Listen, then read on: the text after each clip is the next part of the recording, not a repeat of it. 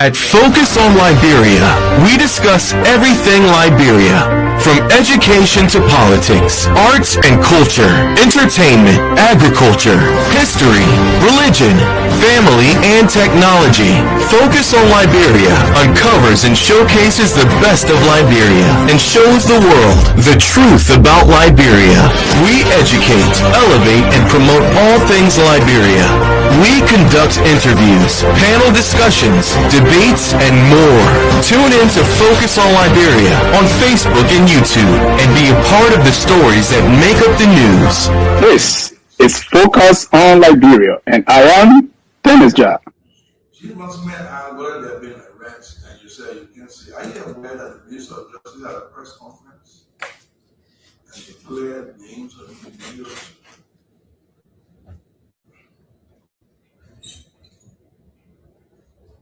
Well, Senator, if I recall, Honorable Senator Smith, a question he did not ask whether the issue of arrest that you asked him.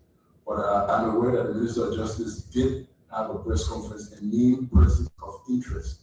All of those are being investigated to date. Some of those are the very names that have been elevated beyond person of interest to person of higher suspicion. When the drugs was arrested, where was it? At the cargo facility at the Roberts International Airport. Normally, on your normal investigation, when you arrest drugs at a particular site, what do you do? Well, we collect the evidence, we make sure we check the scene properly, preserve everything that needs to be preserved for the case of that. Since it's an active infrastructure that support the air movement in this country, we take all the necessary pictures that are needed, and then we secure the contract for investigation. And that was exactly what was done in this case. Does it include the security of the site of the arrested drugs? Well, because it's an operational support to the economy. What we do in our case, we come to the crime scene, we do thorough investigation, pictures and everything, make sure that this is not impeding, and put measures in place to ensure that while we investigate, similar issues do not reoccur. So what is the difference between, and you can answer the chief of here can also answer, what is the difference between this operation and other operations like the arrest of drug with quicker? What is the difference? Well, I can speak directly to your question in that regard, but I mean, one thing I can clearly say that the difference is import and export. My point is, do you know who are in possession of drugs, of the drugs? You arrest them, do you arrest them, did you appoint a person or do you test it people? So I want to know the difference because we see past arrest and we see past operation. We've seen operation people who get $40 drugs, $12 drugs, the same DEA officer going to the premises of the area, arresting the person involved. So what is the difference between those kind of operation and the current operation you're getting? Okay, like I said, this particular operation, it runs across border. This is transnational criminal investigation. What you're referencing, these are our local operations. So it's treated completely differently. Yes, sir. I want to add my handler, right? You were the NSA director doing Manasali preaching, correct? Correction, sir. I was deputy director before I went to the police. You were deputy director NSA? Yes, sir. Were you there when they dropped until after 15 million were arrested? Were you still with NSA at the time? No, sir. Were you having any knowledge? I have some knowledge. I was neither at the police nor at NSA at the time. Okay. When you arrest, and no one can answer when a drug suspect is arrested, what happens? What is drug law say when you arrest somebody with drugs? Every circumstance is different, sir. What did the law say when you arrest somebody with drugs? What does the law say? The law says people should be arrested. I mean, as to the extent that you have evidence to support your arrest, to the extent that you've conducted your investigation. Every circumstance is different, and there is no specific law that dictates how you conduct that investigation. Just like any other criminal act that takes place, law enforcement is required to take the appropriate action, but nothing beyond and nothing less. So are you saying that when an individual have a drug and you arrest the person, you tell the person to go because send the drug not coming from Liberia, so we have to investigate, get it from Liberia, so we have to investigate. Is that what the security sector is suggesting? Can you kindly, Are you guys suggesting that when you arrest anybody with drugs, it's coming to that cocaine? That cocaine is transnational operation because it's not made in Liberia. It's not made in Liberia. When you arrest any more cocaine, so it becomes transnational operation. Are you suggesting that such a person would not be arrested? You would keep the person inside asking FBI, Scotland Yard, say we're going to Scotland Yard or Mozambique for information before you arrest the person? Is that what the law says? Honorable Senator, I think under the current circumstances, I'm referring to the IGP. So Senator, I hear you and your question is salient. However, what you're asking, this is not just an investigation with individuals. We have to look at all the different actors that play a role. Narcotic was taken to an agent to get an airway bill to put on an airline. It was transported to the airport, to the cargo handling division. It went through RIA security and everything. So these are different corporations with different actors that we are investigating. All of the people who are within that particular network, especially those who work at the airport, and those from the different companies, are all cooperating at this point in time, and they are formed part of this investigation. What we need to make clear here is, if you arrest someone, you have only 48 hours to charge. So if you don't get your facts together and you send it to court, they will not withstand judicial scrutiny. They will throw it out. And I mean, if we know the history of the last seizure, it did not withstand judicial scrutiny. So we have to make sure that we learn from history and do what is right and what is best for the state. So I mean, it may be long and stuff like that, and I understand the appetite for everybody out there in the social media spaces. Everybody wants to hear something about this on a daily basis, but we cannot operate like that. We'll compromise the integrity of this investigation, and everything will be failed tomorrow. We will be blamed that we didn't do a good job in handling this particular situation. It is completely different, sir.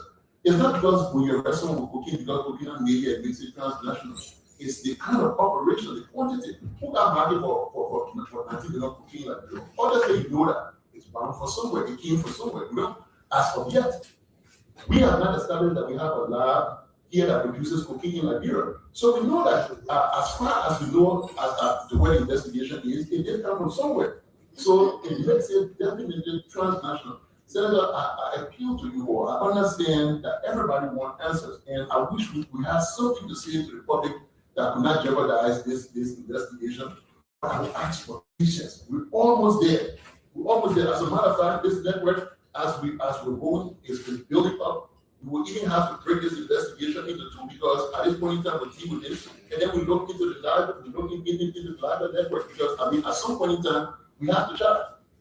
And that's what we're saying. We're asking for if you have possible suspects now, and we're definitely going to charge them. And I can promise you here, honorable senators, the Liberian people, the chips will definitely fall where it may. Thank you. Thank you, Senator Taylor. Followed by Senator Calhoun.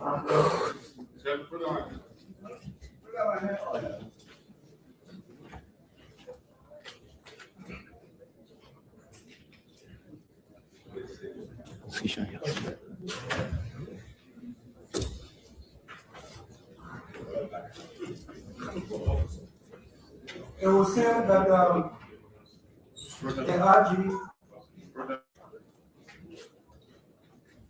is the spokesperson at this hearing for the joint security authority. My question would be directed at the joint security and any relevant authority can decide to answer. But the first question will go to each and every member of the joint security present here, and I expect them to respond. It will sound elementary, it will sound funny, but I will ask them to respond. My question is, do we understand the meaning of being placed on an oath? Question.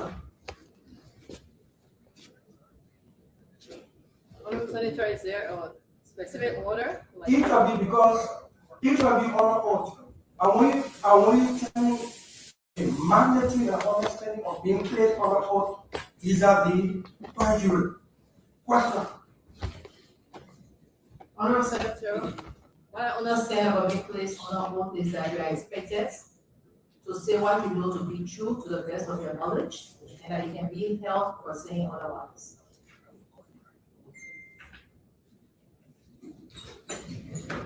Thank you, Senator.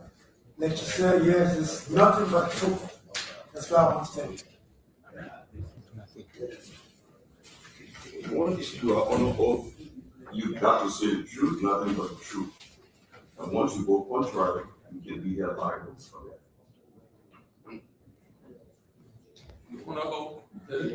Without hearing EDS, please use the microphone, sir.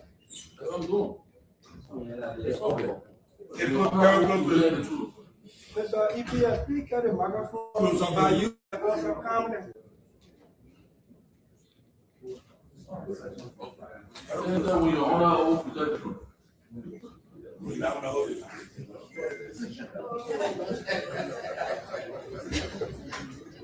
Honorable Senator, yes, I do understand you wanted to testify. Honorable Senator, I understand what being under oath to testify means.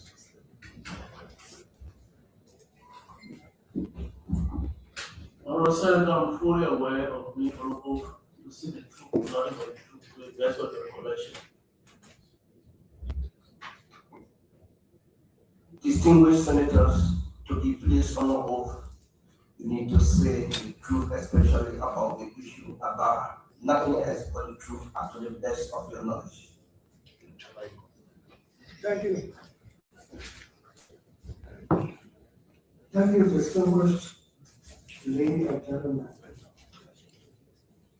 My question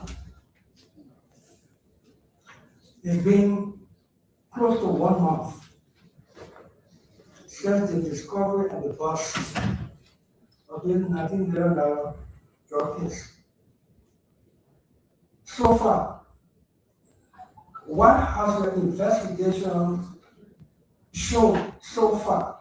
As in, is Liberia a production ground or a transit ground? Has your investigation given you any information or lead that cocaine is being produced in Liberia or Liberia is a transit ground and how? Question.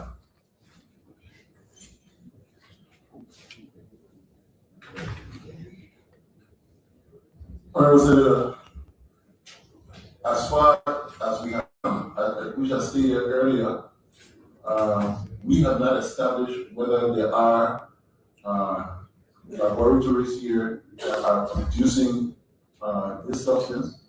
So from all indication, it's more on a transshipment level because we do not have a market here for this kind of a product. Your investigation has not concluded on that, correct? Well, as far as transshipment is concerned, based on what we know at this point in time, transshipment, yes. Production, we're still looking into it. That means your investigation is not conclusive regarding that aspect as to whether Liberia is a production ground or a transit ground. That would be yes. for production and, yes, for transshipment and no for production. Maybe you didn't get it right. I want still definitive answer. Has your investigation so far determined that Liberia is a production ground for cocaine or a transit, or is still in progress to determine that definitively? Since I answered that clearly, I said, based on what we know, definitely is transshipment because we have not yet established production in Liberia. We know that it's coming from somewhere, so definitely it's transit because we don't have the market here for it. So you know that it's coming from somewhere, where that's somewhere. I wish I could outrightly tell you. That's why we're working with international counterparts. We share pieces of evidence for them to help us. We cannot do the chemical analysis to know exactly which lab or which country that has been produced. We have other agencies that are assisting us that have got that capability that will tell us that. Why are you not updating the public regularly? You hear today talking about the job security because of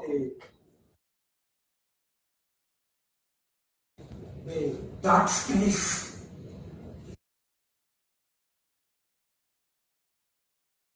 You are leading and giving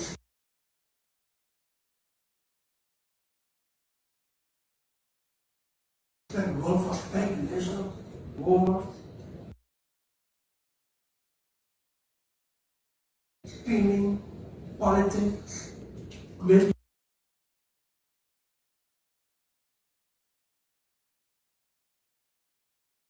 sometimes wrong or right finger pointing.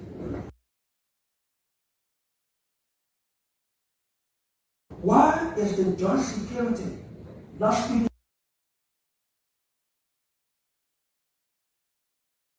to the country? Question. At this point in time, it's still classified, some even secret, that we cannot, until we have something conclusive.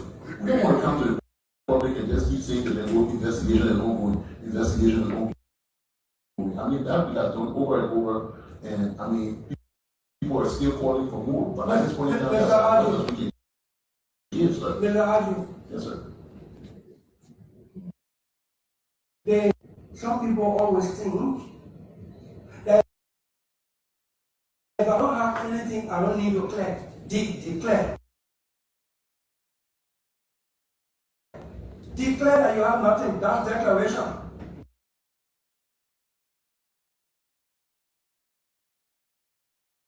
That's what the law says. Declare whether you have access or liability.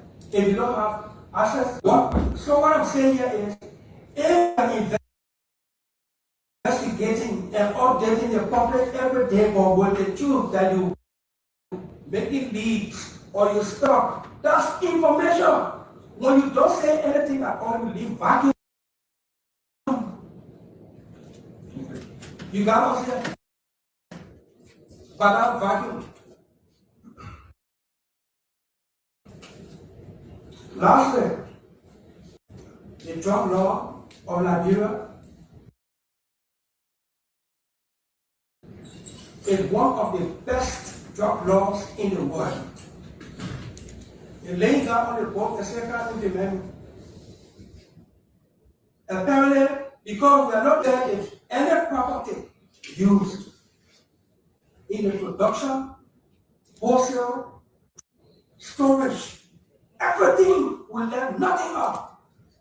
Any property, any means, shape, everything used in the drug trade.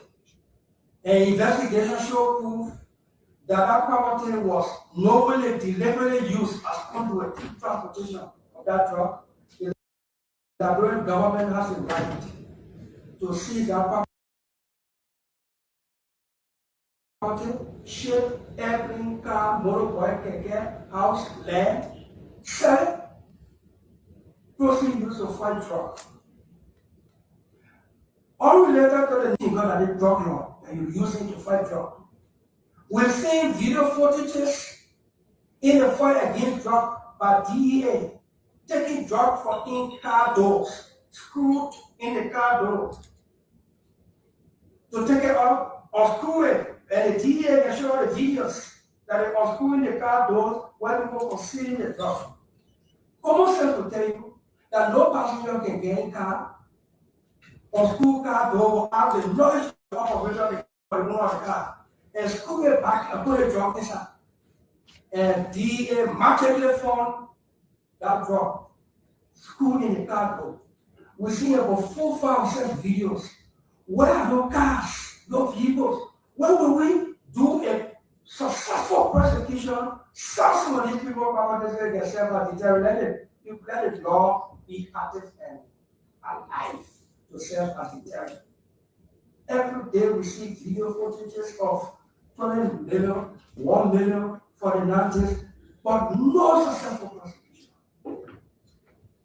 I wanted to make this point as I'm closing. I will ask the Senate to authorize the joint security to ensure that we do not politicize this thing. If they are credibly investigating, you have your credible suspects. Any of us, especially known politicians, who says that the names and the suspects are not the real ones, you should be authorized to call us so we can hear the real news. Yeah, I got one. I'll submit for now. Thank you, Honorable Senator. Yeah. Let me say this, Senator Alan Butler, followed by Senator Apartment. Thank you, Madam President. Thank you, police. And thank you, Senator Dillon. I think you struck some of the points that I wanted to make, including the issue about seizure or confiscation of places that you find drugs. Because my concern was what has happened to the facility or house that we saw DEA inspect based on this ongoing investigation. That was my concern. And quickly, for the sake of the Liberian people in this hearing, I want for the IG to state clearly, let us clearly establish the substance that was arrested at the RIA. What is it? I need that to be established. Cocaine. It is established clearly that it's cocaine. Yes, it is established. Thank you. Cocaine. Thank you. Lastly, I'll be running up quickly because I'm running into another schedule. Lastly, I listened to you emphasize the issue of transnational criminal investigation. Is there any way we know that if the cocaine had not entered Liberia, it would be our concern because of the international relationship when it comes to security. But it will not be so much of a concern of our people in this government as it is now is in Liberia. And there are people who are responsible for it being in Liberia who were entering it before the arrest. Is it not possible for us to, while we work with our partners, to look at the transnational nature, but concentrate on getting somewhere with those that you have already identified within the bailiwick of this country, so that that investigation can start while we look at the transnational nature? Is that not possible? Can we divide the two? Senator, I think you're speaking as an expert now, because yes, that's exactly what we've done. We're dealing with the 90 million case as it is, the 90 million seizure, and the transnational aspect we're trying to separate. Where we are and what has been causing so much delays is to whether they are both directly, and that is taking some painstaking hours for us to fully establish. I mean, the lines are blurred in between there, but yes, I mean, I wish we had all the time, because if we did, we would be able to prove that indeed this network is definitely linked. But based on the public call, our own investigative findings at this point in time, we deem it necessary to separate both of them. And we can always have superseding indictments when we discover new pieces of information that is attached to this particular issue. But we are very concerned at this point in time. We have a serious issue and we're committed to deal with it. As far as the properties that in these facilities that sometimes receive the TA rate, most of them are squatters in those people's properties. They're renters. Most of them are abandoned buildings and stuff that they occupy. So you cannot go and just seize it. When we seize vehicles and stuff, once the case goes to court, it sends the vehicle. So it goes to the court. But to Senator Dillon's point, I think it's something that we will now start to look into beyond just turn the vehicle over to make follow-up and to see the actions taken with those properties that are seized during the court. And on that point, I wanted to close by saying that we always say that Liberian has very good laws, strong laws. But the law is not strong unless it is implemented to the letter. This issue of drug, for some of us, it borders on us, on our character as leaders of this nation. This government, this country is at a crossroad. If we all, each of you that sit here, is going to be held accountable and responsible if we fail on this investigation. Because it is in your hand at this moment. It is in your hand. So we are depending on you and continue to question. You don't get annoyed because our constituents are questioning us as to what we are doing. And so we got to continue to help those who are responsible. So we confine each of you here who spoke, especially on the drug issue, Mr. OAS. This is serious, and we are not going to rest until we get to the bottom of it. Thank you. Madam Protein, please excuse me. Madam Senator, thank you ever so much. And like you said, the enforcement of those strong laws, they also require good investment in the enforcement capabilities as well. So this honorable body, as you have stated, Honorable Senator, would you please take note that the Senate is also required to provide needed support to make us enforce those laws adequately. Thank you. Thank you for your comment. Senator Abar comment, followed by Senator Snow.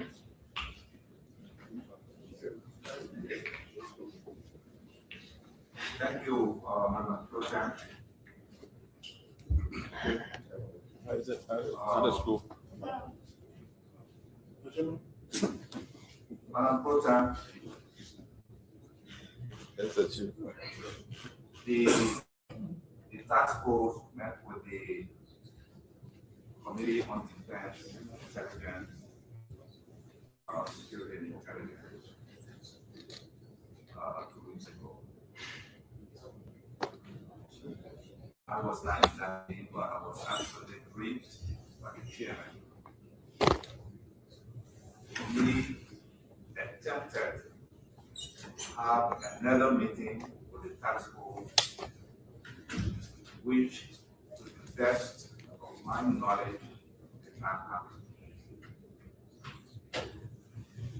So, since the first meeting, at which to the committee that they have persons of interest that do not name at that time, everything that I can safely say most of us in this room know about this case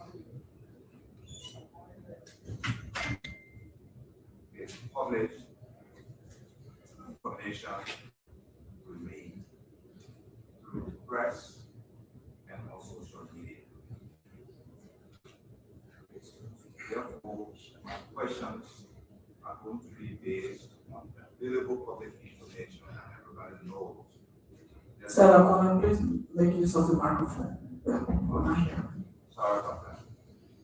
Just so that I just want to make that clear. My first question here is, has this task force or any of its members authorized the release of this information pertaining to this particular case to anybody outside of the investigative team, in journalists or social media personality, in Senator Dillon Force as a question.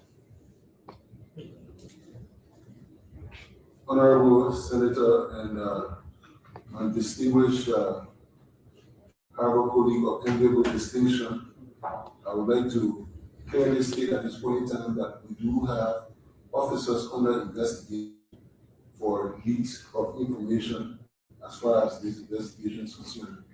We've removed them from the investigation. They're going through professional standards, we're doing analysis on their electronic devices and everything.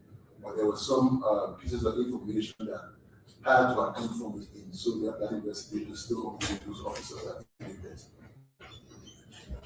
Thank you very much. And this clearly demonstrates that you understand what being honorable means. Thank you for that.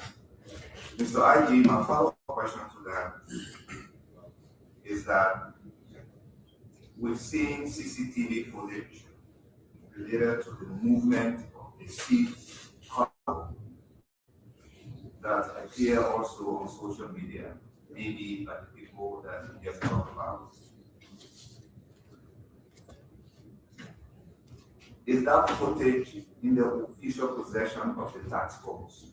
If yes, how did it enter the public domain before any formal public statement of the investigation?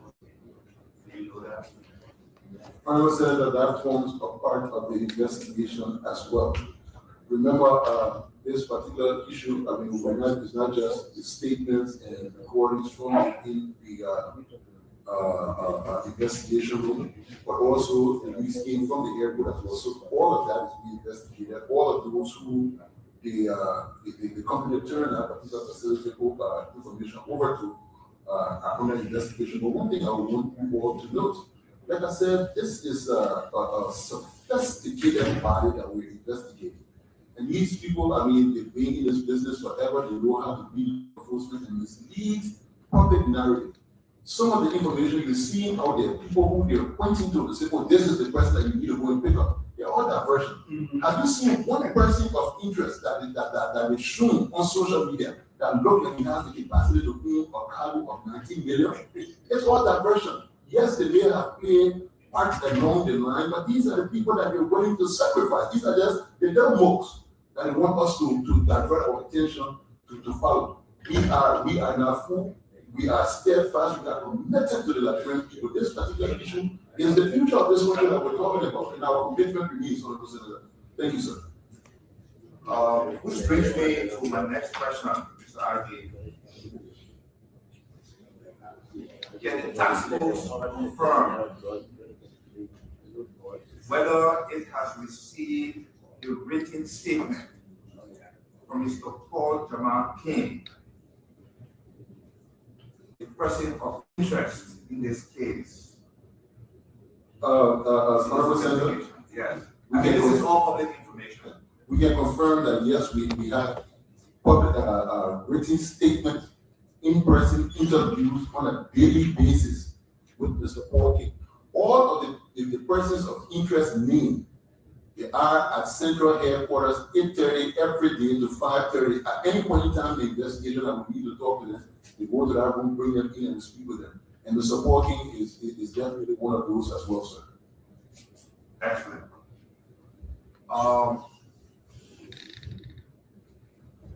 Have you been able to establish the owner of that number, which we all read in the papers? 08800709119 that was given to this task force by Mr. King as the person who contacted GLS to ship this cargo. Senator, remember, we have a requirement that all cell phone numbers be registered to individuals. Senator, if that was one of my deputies, I can remember all care of things, yes, definitely. But there's a street where we have done an analysis on all of these numbers. But I can guarantee you, I will answer your question by way of text to see whether this number has been identified as that one. We have a full analysis of all the numbers, who called, who, when did they call, how long they spoke, when did they call, from everything. So these are all the parts of the puzzle we put together. You see that number? What's the number again, Senator? 088 00 70919. This was published by the Front Page African newspaper 3 days ago. Senator, maybe while we're still speaking here, I will get the feedback right now, but let me send this number to my team quickly for verification. Okay, in the same published report, that number is reportedly traced to one Mr. Mike Brown. I just wanted that to be on the record so that you know that that has been, the newspaper people have already done their work with Moonstar, whatever it is, that information is in the public domain. And I'm quite surprised that you didn't pick that up and you haven't investigated that. Senator, I won't match the numbers to the name. If I start to match the number to the name, you'll be concerned. Yeah, I won't just remember that number automatically. No, but I told you, I mean, there are numbers that we have. I'm sending it for analysis right now, but I'm sure, as far as Michael Brown is concerned, with being able to match his number, I don't know if this particular number through mobile money and through other sources as well. So he is a prime suspect and a person of interest in this particular case. Now, is Michael Brown known to the MTEA to be a drug dealer, Mr. IJ? Yes, Senator Michael Brown in 2024 was arrested and was sent a court. Information available today was the counselor signed for him in court custody. With all the laws we have on the books, you arrest a drug dealer, and then the court releases that person, and that person now is a person of interest, is a major cocaine dealer. Will you agree that this is a failure of our whole drug fight? Senator, we don't want to bring the public disrepute another branch of government. It would be fair if you all take up that matter with the court, but we have simply said that this man was an employee of the RIA, he was fired, he was prosecuted and turned over to the court. So we don't want to say, we don't have failure, we don't have failure, but say to fight, we can share with what we do.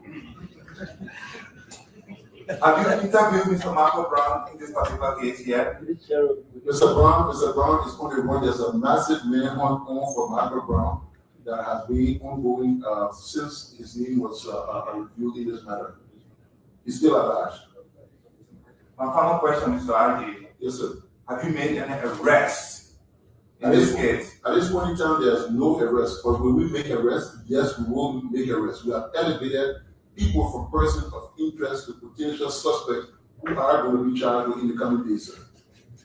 To close their task force members, while they applaud what the LPA is doing, seizing drugs, the taxi drivers coming across the border, we want you to know that the drug business is personal to all of us. Most of us in this room and a lot of the people who sent us here have crises in our family with this drug business. Senators here, and then people who sent us here out there, their children, our children, this thing is eating them up. We rely on you to fight this thing. That is why we don't play with security budget here. Everybody can put it down. Yes, you cry all the time, you don't have to give you the requests that come here. We rarely touch the security requests that come from the president so that you can fight this thing, the intelligence. For this thing, since we have established that it's not manufactured yet, our country is only a transshipment point. For the kind of drug here to come in our country, without any of you detecting this through your intelligence network, I have to say, as much as I appreciate the work you do, that this is a massive intelligence failure. And we're not happy about it. Thank you. Senator, I hear you, and when I opened my statement, I spoke about the vulnerabilities that exist here today. The poor borders, the urban areas and stuff that we can just possible entry points. However, I can tell you that before this 1911 seizure, yes, we have picked up intelligence on this that we were working before even the seizure came about. Yeah. So it's not a total intelligence failure. We have information, but we're tracking it, following it before the seizure came about. But it's almost left the country. Sir? Almost. It didn't leave. It didn't leave, that's true, but it almost did. Declare security, you know, who's in declare security at RRA. If we, that thing was not delayed by 11 days, we would have been out of this country. So you should defend that. No, I'm not here to be on the defensive, but I'm here to provide information based on requests and to answer the concerns of the representative of the Liberian people. So, I mean, the fact that you had intelligence, you were following it in the country, and you were packaging it. Stop. We have intelligence that there could be movement, transit. Look, obviously, from the time we arrested this cookie here, the 100 million, it was obvious that Liberia was a transshipment ground. It was established before this moment, even though it was a transshipment ground. It was 100% established. So we have been following steps back and forth. Look, there's a lot here that, like I say, in subsequent briefings after discharging, maybe before we reach to charging in our case, there will be a detailed in-house briefing so you all can understand the magnitude of what we're investigating. But our investigation, I can guarantee you, is about the safety and the well-being of the state and the future of our children. Thank you, sir. Thank you, Senator Snow, followed by Senator Batikwan. Thank you, President. Thank you, President. Let me extend thanks to the National Security Team for doing this short notice. This question to all of you. Should I believe that at least 1, 2, or 3 of you are aware of this whole drug situation, and no matter what happens in the report, there will be no cold case, or the cold case will go as usual, nobody will be found guilty? Honorable Senator, please do not believe that. Thank you, sir. For everybody. In unison, we all say, no, sir. Everybody was speaking on that. Honorable Senator, please do not believe that. As a reason, we are asking for calm, patience, to show that we bring everyone before into this and show that prosecution is done. Honorable Senators, definitely there will be charges and there will be prosecution in this case. Another question I asked. Is there any reason why I should believe that none of you here innocent of what happened?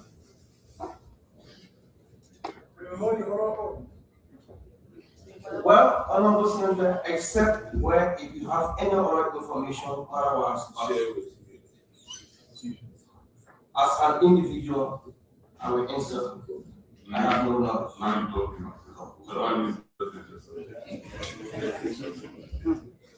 Honorable Senator, what I'm understanding is whether we're participants in being involved with the drugs as participants. And I would say honorable, I definitely have right.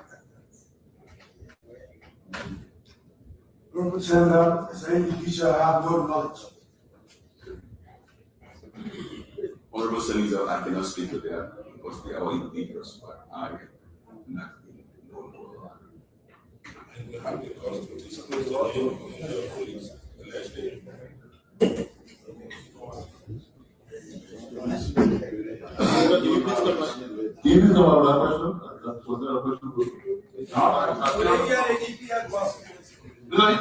you okay, or is there some apprehension? Because that probably walk out of people money for using my. I have no knowledge of anything. So if you're a director, I would personally urge you to please compose yourself before the Liberia Senate. What do you mean by that? What do I mean by that? Yes. And you will address the Senate appropriately, and you will demean yourself. That's what I'm doing. How? I'm addressing you. Okay, let me help you. How? Distinguished senators, I have no knowledge. That's the appropriate thing. If you like, I got no knowledge. Don't do that. Now you proceed. But I'm quoting distinguished senators, I have no knowledge. Or any question you answer, that's how you proceed. That's what he means. And that's a protocol. I now require your answer, sir. Mr. Senator, I have no knowledge.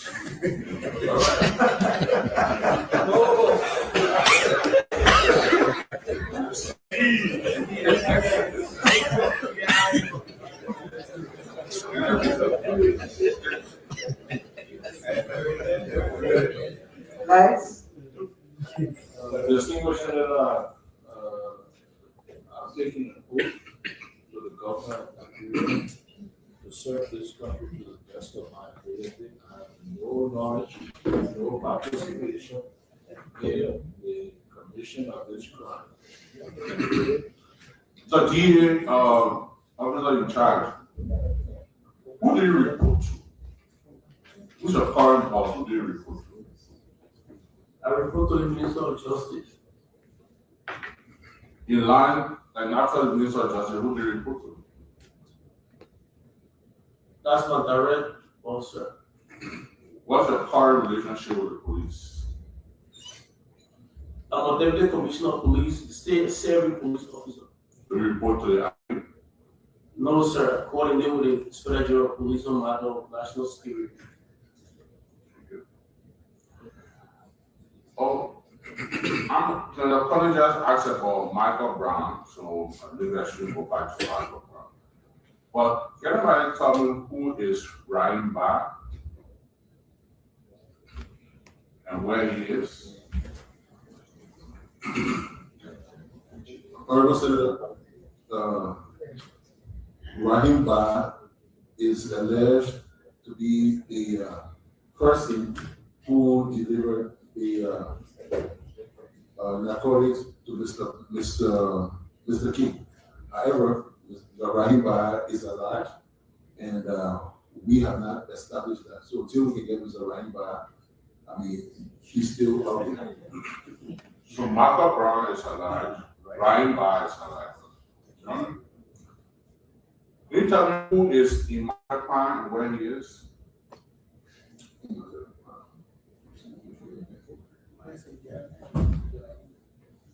Well, he can answer.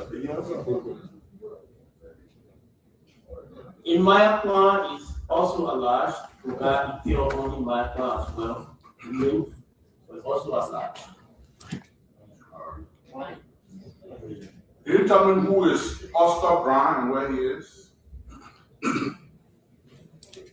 Oscar Brown is an employee of the Ramos International Airport. He worked in the intelligence division. He was on training in China when this incident happened. He boarded a flight from China and boarded a flight in mid-air when only his body returned to Liberia. So you're also alive. Yeah. It's interesting. Is there anyone called Usman Ali? Usman Ali, as per the shipment record, was the consignee on the UK side who was to receive this package. Why is it? A lot.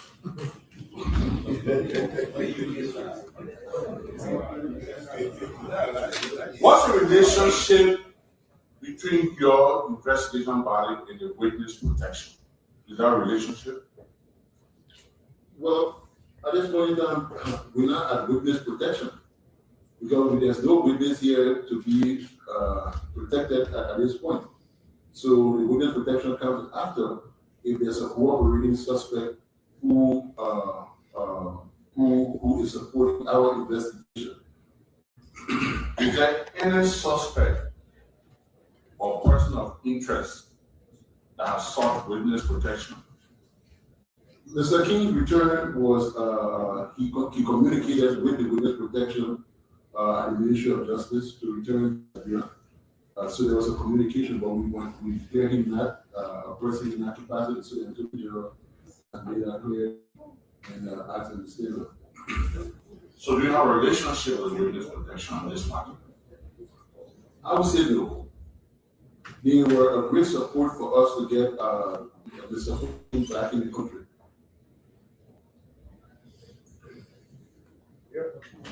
How was your trip to the UK? It was quite it was a short, a very good one. We were able to meet with our international partners who raised immediate concern when this stuff happened and asked that we work for a good deal. You mind telling us about the trip to the UK? That's confidential, sir, because it speaks to the international cooperation. My meetings were with British and Dutch government. I cannot review anything or hear anything about this. All right, thank you. This shipment in question, do you believe it was the first shipment or there was a shipment before the shipment? Well, we believe that there was previous shipment, or there were previous shipments of similar packaging that had left Liberia before it. Which destination? UK. Have there been any arrests? From the UK side, we haven't heard anything from them as per arrest made. Have you followed up that shipment left your country on board an international flight to the UK? Has there been any follow-up? Senator, even before coming here, I was on the line again.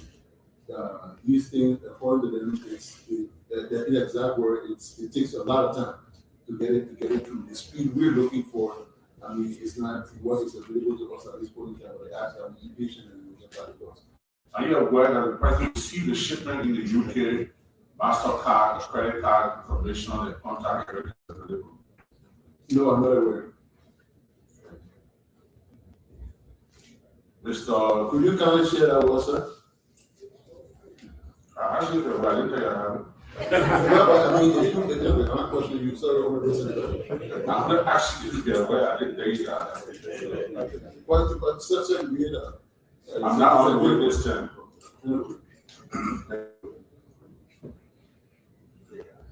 The lady who did the screening at the airport, according to my leaked videos, and put a seal on it, security clearance. Yeah. Where is she? She's a syndrome. Is she on arrest? No. What's she doing central? I mean, they're probably investigating Senator. I told you, everybody from that particular stuff until we can make an arrest. They go there every morning, in the night. The arrest is just for the 8 hours. But yes, she is there. She's been going there. She's been going from the one straight to the end.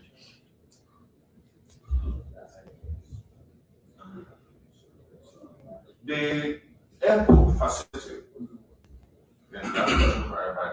can we declare or consider it a national security installation? It is by law, sir. Do you think that if in pursuit of national security information or intelligence, the DA required code word to search security cameras at a national security installation? For judicial scrutiny, yes, sir. You need a warrant to search it? Yes, sir. What did they have pursuit? Chief, well, that may not pass judicial scrutiny. So these are the mistakes that we're going to try to avoid. It's not one of those things that cover on a high pursuit. It's not covered on a high pursuit unless where the entity with the working the agent negotiate with that entity and ask them to review the camera and say to show it to them. But in order for it to be accepted into evidence, there has to be a certain seizure warrant issued by the court. Mr. EPS Director, if there was a crime at the executive mansion, and you went to work tomorrow morning and there was a crime that was burglary into your office at the executive mansion, will you get court order to review the camera at the national? No, I don't need court order to do that. This, I did police, can you tell me the difference in that, please? So the director of EPS is directly responsible for that entity. All the people who control the camera report directly to him. It's his facility. He can even bring it and willingly give it to us, and that is accepted. So it's completely different. You really want me to believe the justification? Sir, That the airport, the Rabat International Airport, is a national security installation. A major drug trafficking is reported at a major national security installation.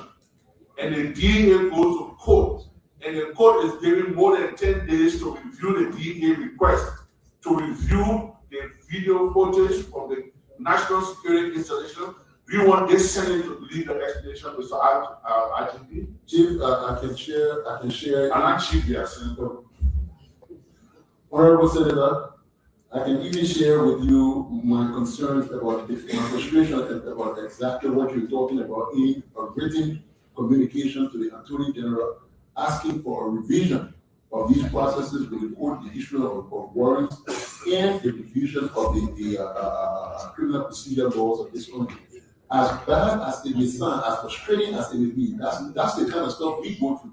So even as you're calling for us to get all these things done immediately, to even get the call law, when you even send us subpoena, the phone company will have to wait for the time this phone company provides that stuff. So then 3-4 days go. And when we're not getting all the numbers in one day, you send this one, you go for another one, you go for another one, you go for another one. So in every time, it's a tedious process. And I mean, as easy as it may sound when you get to that court, and that lawyer just found out that you acquired it by friendship, obviously, they will throw it up and will compromise the case. But I can guarantee you that all these T's and I's are dotted in this particular investigation, and when we present evidence to the court, it will hold. Thank you, sir. Mr. IGP. Yes, sir. Where is the taxi driver? Or where is the taxi? The taxi is parked at the DEA airport. Where's the driver? The driver has been out because the taxi from the investigation so far, the conduit, the person who is one of those that are being investigated, who conveyed into the airport, his role at this point in time has not been elevated to a personal suspect, even though the vehicle is parked there as the common carrier. But that person who used that taxi rule has not been elevated based on what we got from him from the interview. His role played even in this company before this particular event up to today. Has there been conversation of any of the telephone or electronic devices or any of those persons of interest? Almost all that we know that we have, computers, phones, all the electronic gadgets. And we've been analyzing, and that's how we've been getting these facts to elevate them at this point in time. So, lastly, from my question, you told us that the names were laying out there that people are throwing out. Your suspicion is they're trying to divert our attention. These people cannot afford it. I'm not putting it right incorrectly. But the Attorney General need those people at presence of interest. Why did they take that into consideration that they're trying to distract the investigation? No, but all the people named by the Attorney General as persons of interest are made as well. With those who existed at large, they're all with the police at this point in time. And when I'm talking about people, it's not like the name Michael Brown that's out there. It's not that he didn't play a role. He played a significant role. But my thing is, do not make me to think that I'm looking for Michael Brown as the person who owns the $90 million drug. That's a diversion. There's someone behind Michael Brown that works for Michael Brown, and I can think we're making steps beyond that. Sergeant? Yes, sir. Maybe we need to do some more talking on that camera close to. I'm left with more questions than answers. Fair enough, sir. And with all of those people that are large, I have more doubts now that I had before coming here that the case will go anywhere.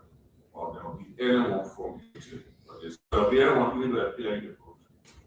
So I wish you well.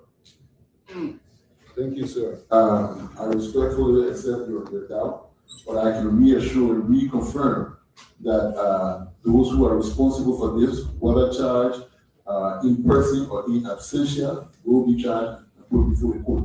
Look, at this point in time, we to the extent to which our investigation has gone, we've gone back to look for 1800 treaty with the UK to start giving discussion on the possible extradition of Usman Ali. We're trying to still identify, Rahim Ba. The only person who can make us to identify him is the person who claimed that he was transacting with him. Until we can move past that, we're trying to absentia issue a red notice and hope that at some point in time they will be arrested. So, thank you. Senator Batikwa, followed by Senator Tyler. President, thank you very much. I and the entire team will thank you for responding to our invitation. My concern is, will I inquire, to you all aware of the implication this drug issue has on the image of our country? Yes, sir. We are fully aware, and that's why we've attached all level of importance to this. You just indicated to me after the service, we have the power. When fighting somewhere, when you are getting there, first, you indicated, and when you may know more. I remember 15 million was 2 years, okay, it ended. 100 million 2 years, it ended.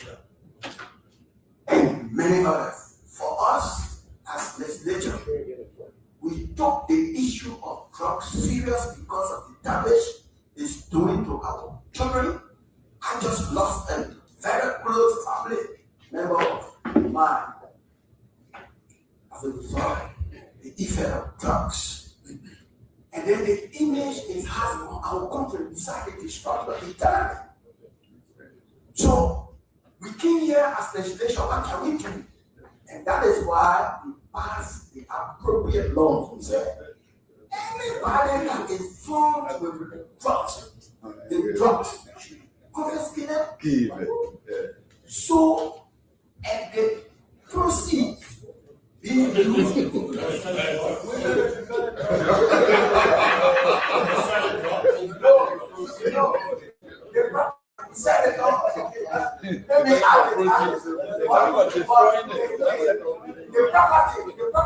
Oh, okay. No market. Thank you. Okay, thank you for the correction. The property being used to develop whatever needed to be done. So we have done our part as lawmakers. Mr. Aji, we talked about the 50 million. We talked about the 100 million. We talked about the 19 million. We have not seen any action resulting from your investigation, all of the actions, everything really serving as a major action to serve as terror. We have seen it. And that really put fear in us as Liberians. I don't know whether you're aware that currently Delta Airline, all luggages that are coming from Liberia are being restricted from going on Delta Airline because of the suspicions of things that are coming from Liberia. Are you aware of that? Honorable Senator, I have not verified that source. It's all being quoted on social media. But I mean, if you have a verified source from Delta Airlines, we kindly share it with us, sir. And my sincere condolences on the loss of your family member as a result of this issue. Thank you. Honorable Senator Cullen, the number checked out to be registered to my PS1 as far as our investigation. So Thank you for that. So it means that the public report is accurate. Senator, Party President on the floor. The people that are currently in your custody, are they really secondary suspect of crime? Because all the other people that will leave by my colleague are all alive. Honorable Senator, these people who are there, some of them are assisting in the investigation. Some of them have been elevated as suspect in this particular issue that will be subsequently charged. Let's look at the list of people who are at large. One, this is Rahim Bar. Rahim Bar exists as a person that the shipper claimed that this person delivered his package to his house. It's incumbent on you to show us his picture, what Rahim Bar looks like, and to be able to give us some information on who Rahim Bar actually is. Up to now, that has not been established. So that's one of the people who are large. He's waiting in the UK. The marker in between here is someone who called but did not show up at the airport. So all of them the whole ass before even the marker whole ass before even he doesn't start. Sorry for that. He ran away before the investigation even started. Honorable Senator, I apologize for my choice of words. He has called before the investigation started. So from the 50 million to the 100 million before we lately came at the 19 million, there was never any major surveillance on these people that are from your own information to be served as people of interest that quickly get out, and the situation is just becoming like the president from the 50 million. Could you really place a surveillance on key people that in the country that putting us in this kind of situation? Senator, and that's why, like I say, it requires time for us to be able to do these things. From the 50 million for 3-4 years ago. So that is why this time around we're saying we want to present a strong case. We do not control the judiciary, but we want to present something strong, well-preserved evidence that we will be able to go through judicial scrutiny so that we can have people prosecuted and subsequently remanded to central prison. We want to have a successful prosecution in this one, and that's why the 100 million, the 50 million, all of them fail because was trusted. And we apologize for, like you said, that they don't make it clear. You say, well, you got nothing, the state council say you got nothing.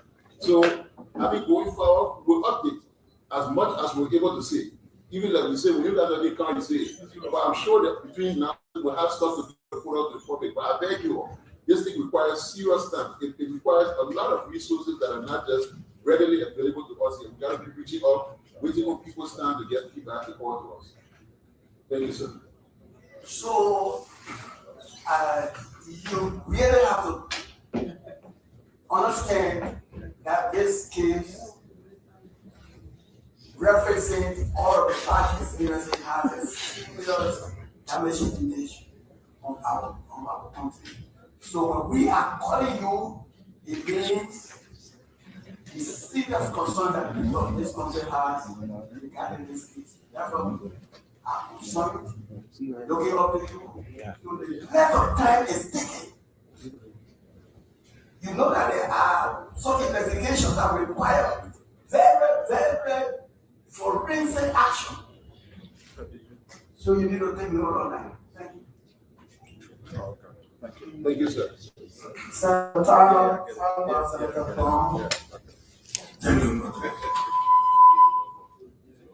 everything the national security team the order is accurate. very well. Mr. Aji. Yes, sir. My first question to you is a follow-up. Who is Paul O'Keefe? Because somewhere in between I got confused. Mr. Paul King is the person who whose house is suspect will pick up from is the operation manager for GLS. Is he currently in Liberia? Yes, Mr. King is here.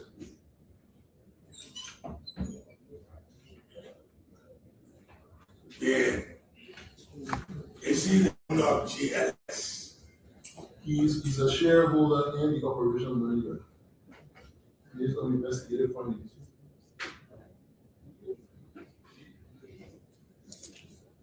Mr. Hakim, I come back to the question that I'm going to close and that's no answer. You indicated, and if I may quote you, that the airport is a national security facility, is that correct? Yes, sir. Man-bound. Well, there's we have national security actors at the airport playing different roles, and we have the RRA security there as well. So you need a court warrant, we'll come back to that, to view the cameras that you put there. Honorable Senator, this cargo facility is a facility built under a concession between GLS NAS and GLS NSC. It's not a government-owned facility. It's the company's facility. Is that what the concession said? Well, it is not owned. It is not owned by government. It's not owned, even though it's owned by national security asset, but it's not owned by government. So security wise, who meant it? They have their own security, and then they have the RID security who plays a part in that facility as well. So besides you, I would be a this. Yes, sir. And let me secondly do this analogy. If Alex Tyler owns a warehouse in which he stole goods or cargo for people who are concerned with the movement, you form as the IG or security, you form something that was illegal in our warehouse. And I indicate to you that John Brown brought it here. In the absence of John Brown, what will you do to all the other time? Well, Senator, can you please rephrase? Ellis Tyler owns the warehouse. Yes, sir. He stole goods there for people. And the security found something illegal in our warehouse. And he says to you, it was brought here by John Brown.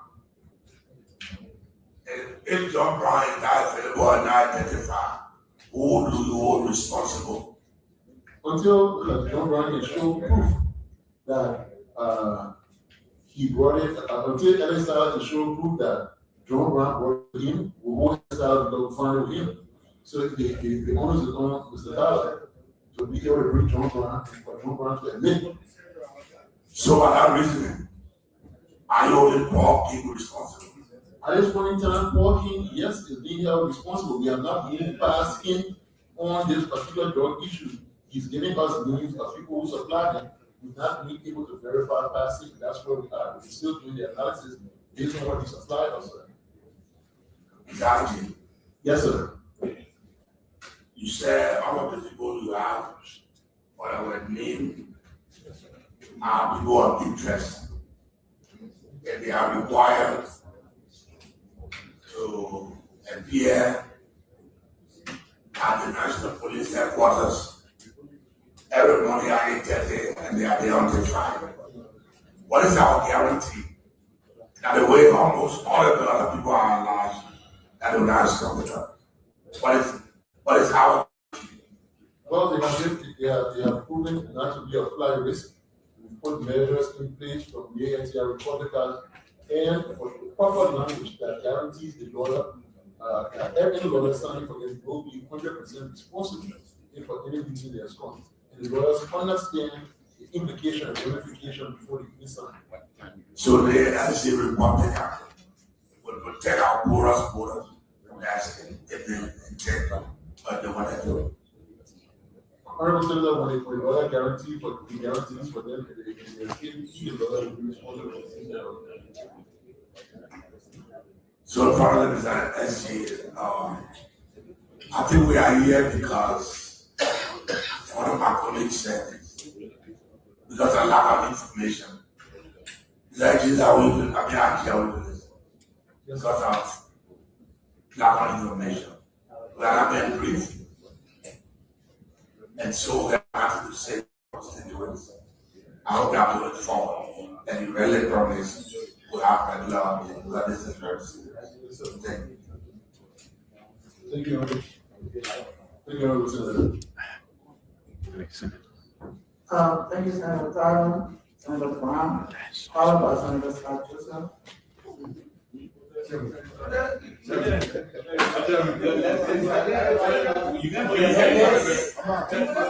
The list is in proper order. The person about this reading, you know that.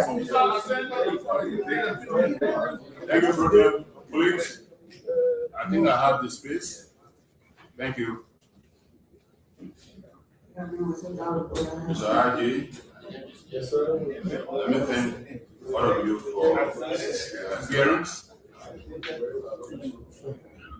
My first question is, when exactly were the drug seized at the RI? What exactly the exact date? Thank you, Senator. The drugs was delivered at the RRA on June 5th, 2026. The drugs were arrested or confiscated on June 8th. And today is July 1. Good. So, since you are answering, can you describe for this plenary how the drugs were seized? Thank you, Senator. The IG gave us brief description earlier. So, to the best of our collection, the drug was delivered at the airport on the 5th. They went through screening, and security agents have issues with content based on the declarations, and they while on the screen, they have issues. And they were deemed for physical check. And through physical check, it was discovered to be illicit substance. All right. So we all travel to the airport, right? And we deliver cargoes there to be screened. So who was transported? Who presented these things to be screened? Question. So the shipping agent, which is EHS, was the company that delivered this particular cargo to be shipped at GLS NCC's warehouse. Okay. The EHS is an institution, Yes, but there are individuals. That there should be individuals who physically took them there. Yes. Where are these individuals that took the drugs there? We have the person who picked it up from Paul Key's house, actually, and Young. They are both part of those reported on a daily basis. So it is confirmed that they took these items, the cocaine from Paul Key's house, and carried them to the airport. You confirm it at IG? What we know between now, yes. We confirm that it was picked up from Mr. King's house. Mr. King did not use it. And these people physically took these drugs to the airport to be shipped. Yes, sir. And so my next question is, given what you explained, how many persons have been arrested to date as a result of what you just explained? 0. Okay.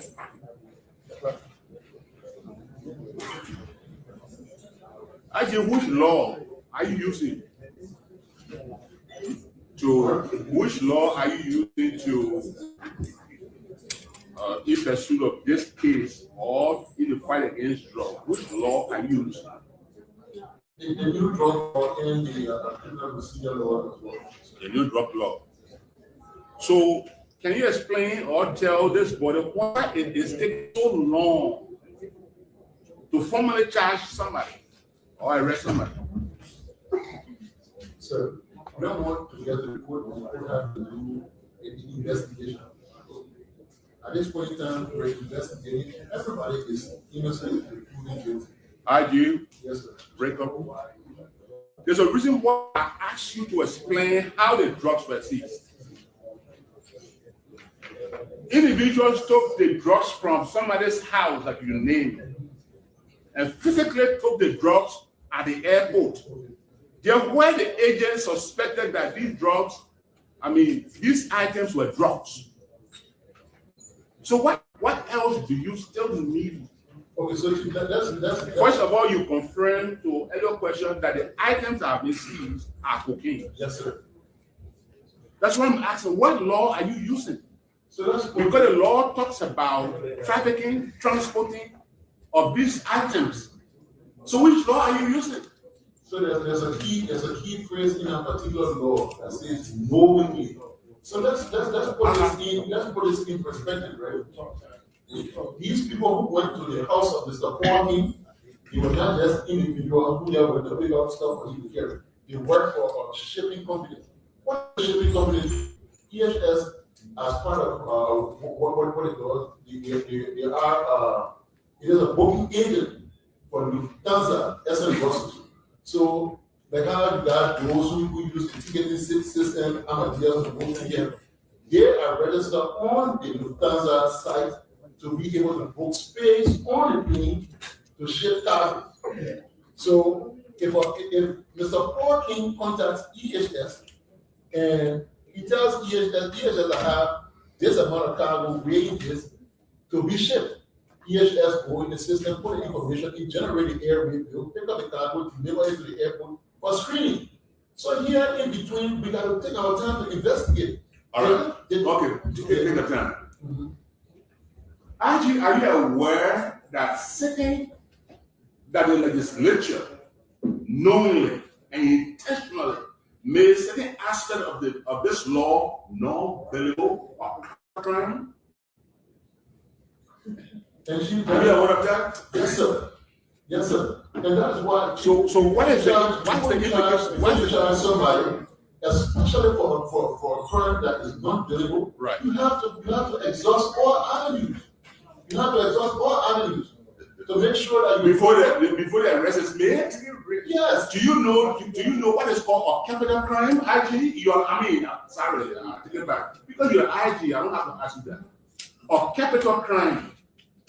It would still require investigation, detailed investigation. From June 8th, IG from June 8th to this July 1. Sir, yeah, I can refer you. Honestly, these investigations, if you look overseas, you look everywhere else where people have way more sophistication, it takes way longer than this. In this case, you have individuals that you are arrested with the drugs. In the time that you discover them somewhere, you did not discover these drugs in the bush or in some warehouse that is not owned by anybody. But you have evidence that certain people took these drugs from someone's warehouse, someone's residence. You know the name of the person who has the residence. They put them in the vehicle and took them physically at the airport. So what is stopping the arrest of these people that took the drugs? The reason why I'm asking this is we are aware how DA moves to communities. Where is suspected of having marijuana, those small drugs, and you raid the communities with no notice, with no court warrant. You move the communities in our communities and put these people that are victims of the people you are shooting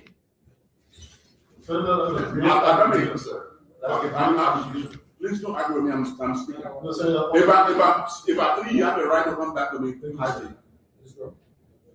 The people seem to be shielding. Say you ever for me, I forever myself. Yeah, people that seem to be shielding. And the victims, the actual victims, our children that are suffering are victims of these people. I don't want you raiding in communities. Go to post static. Go to jail. You see how many young people there? Simply because somebody brought this and they are addicted to it, and they are languishing in prison. Now the people that brought the drugs, you want to take your time because of this. That is why the legislature made this law non-bailable. It gives you the latitude, arrest these people, and you take your own time to do your investigation. It's like a murder. If you see somebody killing and the person is, you say, okay, let me go find out what the intention, whatever they had the right intention before you arrest somebody in the killing.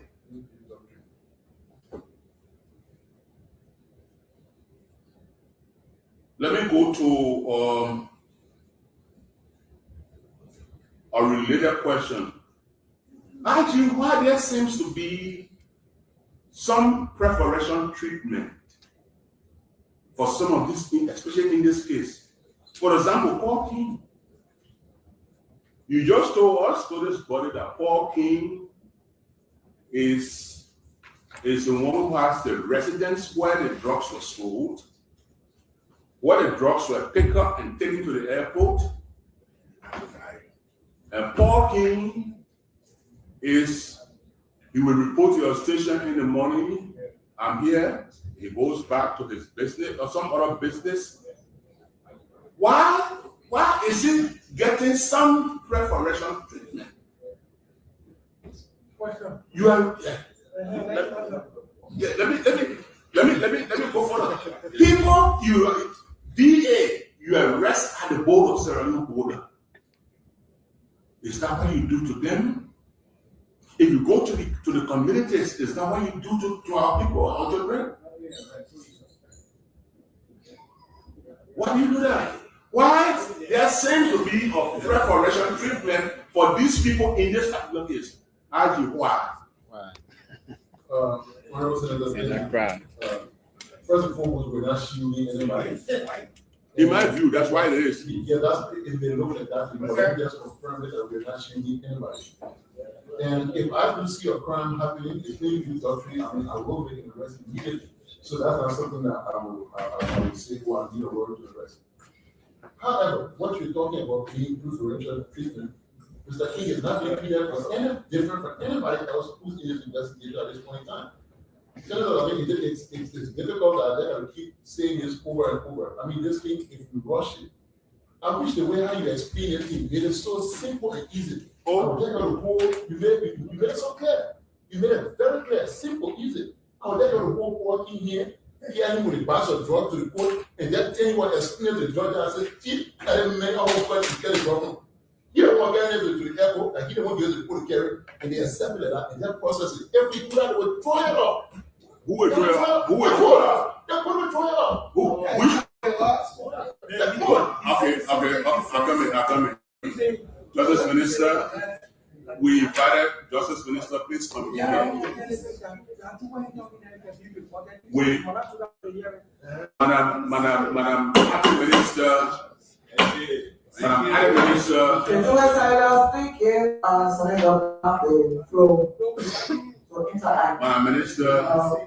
can you tell the IG and tell this body why do you think the framers of this law made it non-bailable? Why is the implication? Question.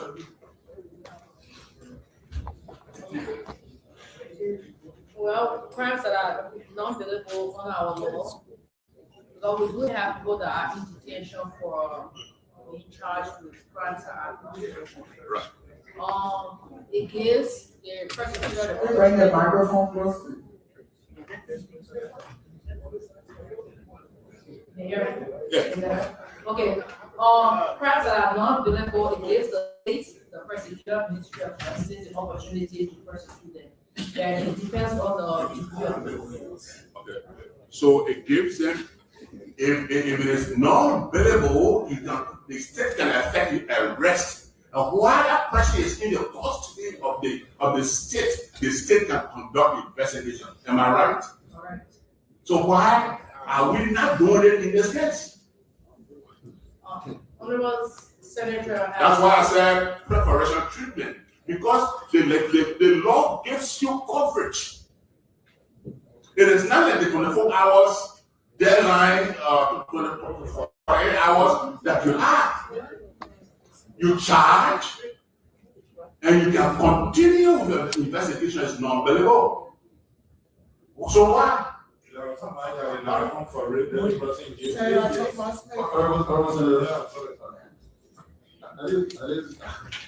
At this point in time, the Ministry of Justice working this case, it was elevated for national joint security investigation. So it's not just the police and national security, other national security. Yeah, we get another view on our law senators on the non-billable aspect. But presiding pro tem, that's the Yes, we want to have. So now I will come back to you. Let's get go on that. Senator Taylor, you want to speak it out? We have to make that clear. That's what it is. Yeah, but there's always conflict. The issue about the economy don't be able is the microphone. The non-billable issue.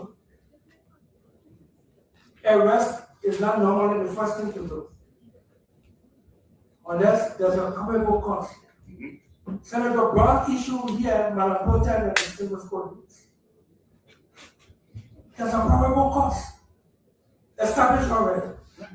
You got drug, cocaine. You know the warehouse they came from. You know the carrier. Right. If they can't say who it for, then for them. Right. Prosecute them. Get them to court. That's it. And while they are in your custody, you get the answers that you're looking for. But you don't have the person loose in the streets, in your house, in the night, interacting, destroying evidence. Why is that the why do we, Madam Minister, what is the level of your supervision of the police in this matter? Because you should guide the police, you should guide the securities. So why? You are the chair.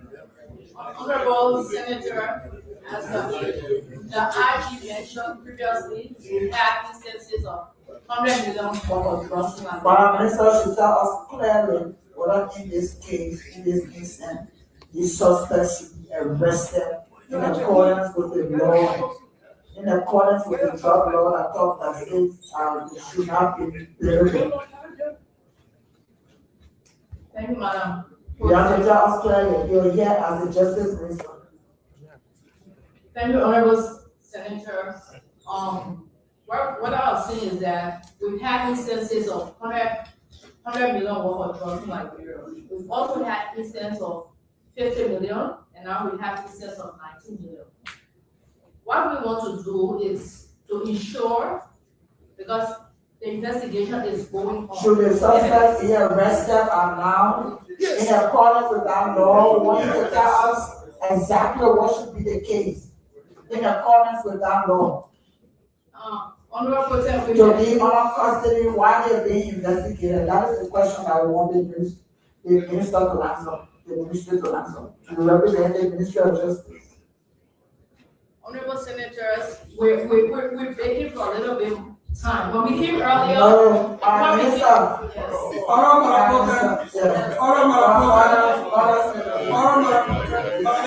Yes. Minister, I was on the ABC thing where we are first asked each of you to tell us whether you know the magnitude of the unlawful embezzlement.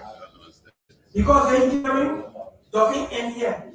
Testimony hearing here and then noted to determine whether you fully one by being on course.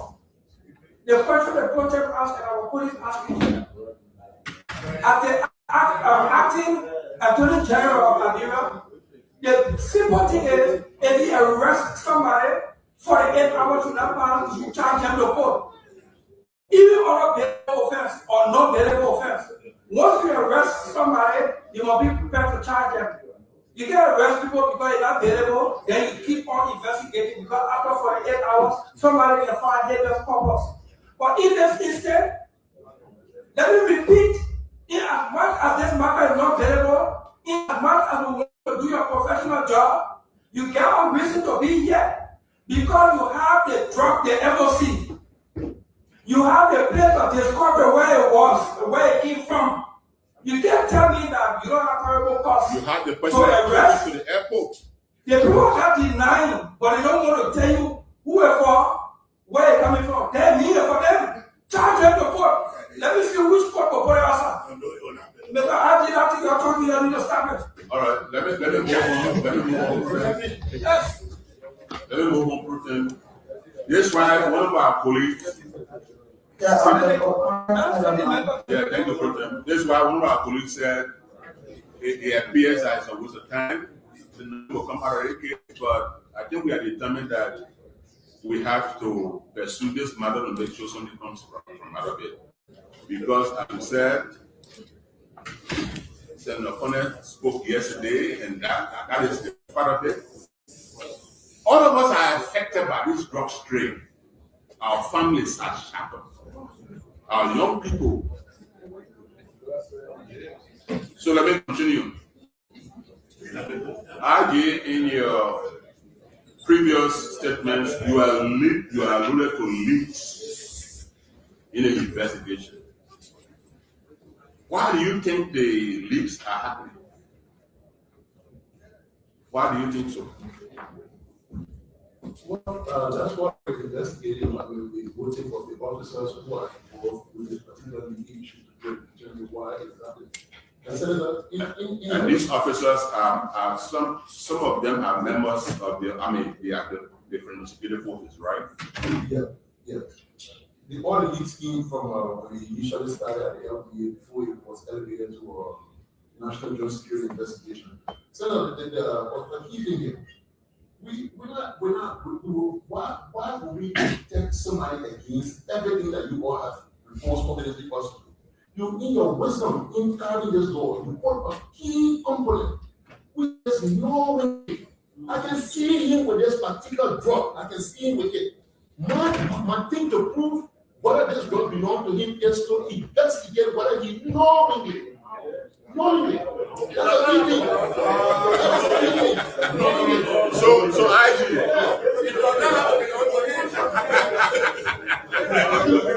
do.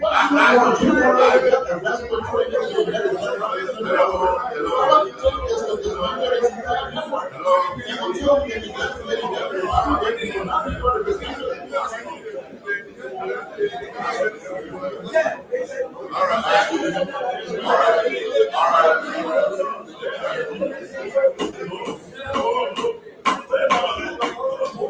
Let me go on to say,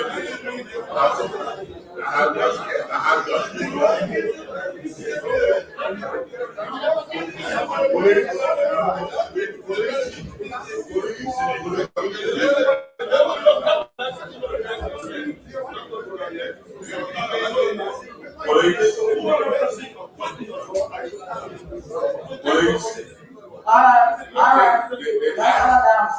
The IG should take note, all of you should take note that the public is listening. Yes, sir. Our young people are watching. The citizens are watching. We are national leaders. We are taking oath to fight this crime. The president has spoken about this severally. Senator, can I share the story of Emmanuel Zion with you? The boy who took the drug to the airport. Please. I think it will be very important for this. Emmanuel is a college student. He goes to university. The guy who wants an EHS uses his kid every now and then when they have a kid pick up just to go pick up stuff. He may get $20 here and there. All he does, you have a package at this location, he goes, he pick it up, check out a taxi for it, he pay for the taxi, he get $20 and takes it to the airport. He goes back and forth. When this was discovered and they called him, he willingly went back to the airport. He went to the airport when they said they needed to open it. He used his key and helped them to open it. When they opened the stuff and they saw what it was, the kid got afraid. He may have run away, but eventually he turned around and came back. Should we just charge that kid who was a nobody in one of the big doors?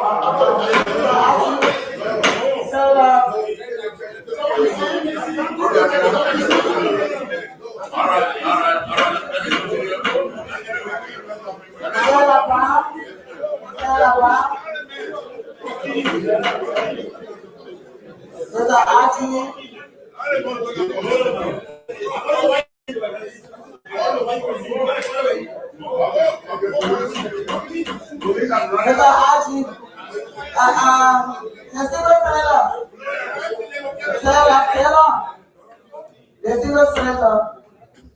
I think there's a very important point in this hearing. If we reach to the point where we will say the aspect of that law that says that people should be arrested based on the non-biblical aspect, it has to be interpreted. It has to be interpreted because in that case, if these people should be arrested while they're being investigated, then that has to be done. And they say they can take a position on it. That's why I keep asking for the interpretation. Okay. And that's why we keep asking the acting Minister of Justice. They say they can take a clear position on that. That if that what the law says, then the joint security must take that action. Must take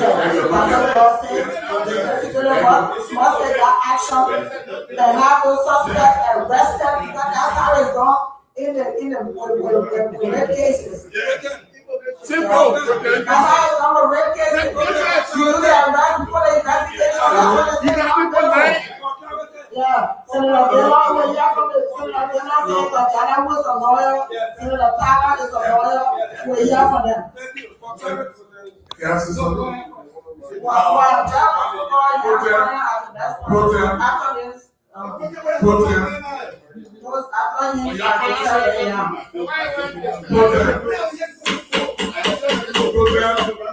then yes, it's in the proper order.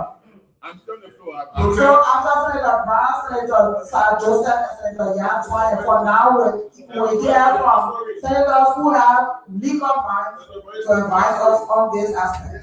But Yeah. the non-biblical law comes into strike when the person is charged. Okay. They have not been charged.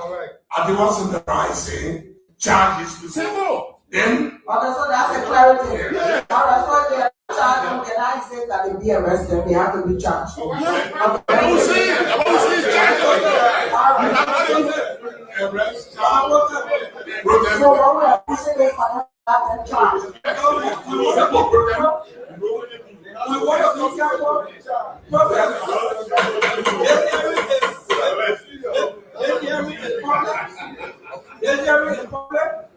I want to be careful so people don't leave for here and listen from here.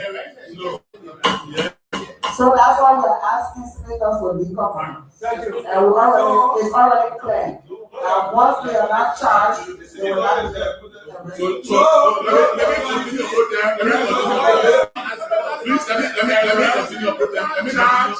Then there is no available. You must not cause to arrest people. Yes. And when they are arrested under a charge that is not payable, once they are arrested, you got 48 hours to charge them to court. They are not payable. Yeah. That issue is court. Yeah. But you don't reach at the court if you don't charge them. Yes. You don't charge them if you don't investigate.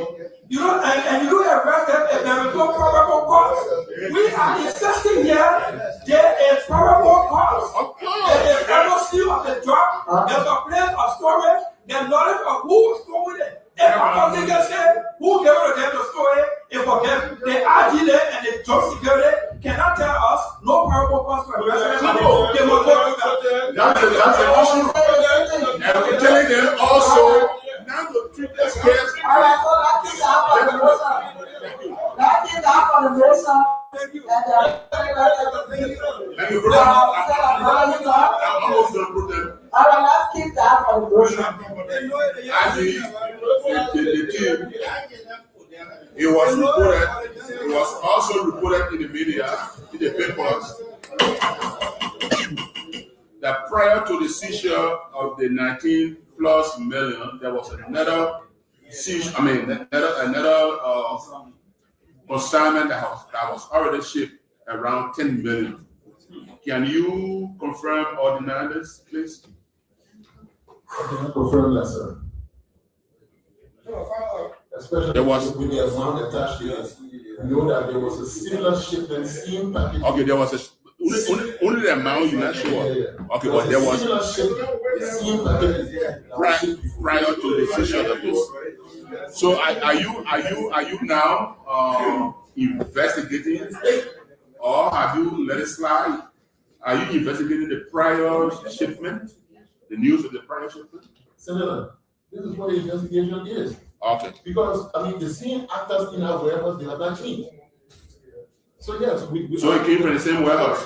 That's the cargo handling place. Any cargo that is shipped off will go through the warehouse.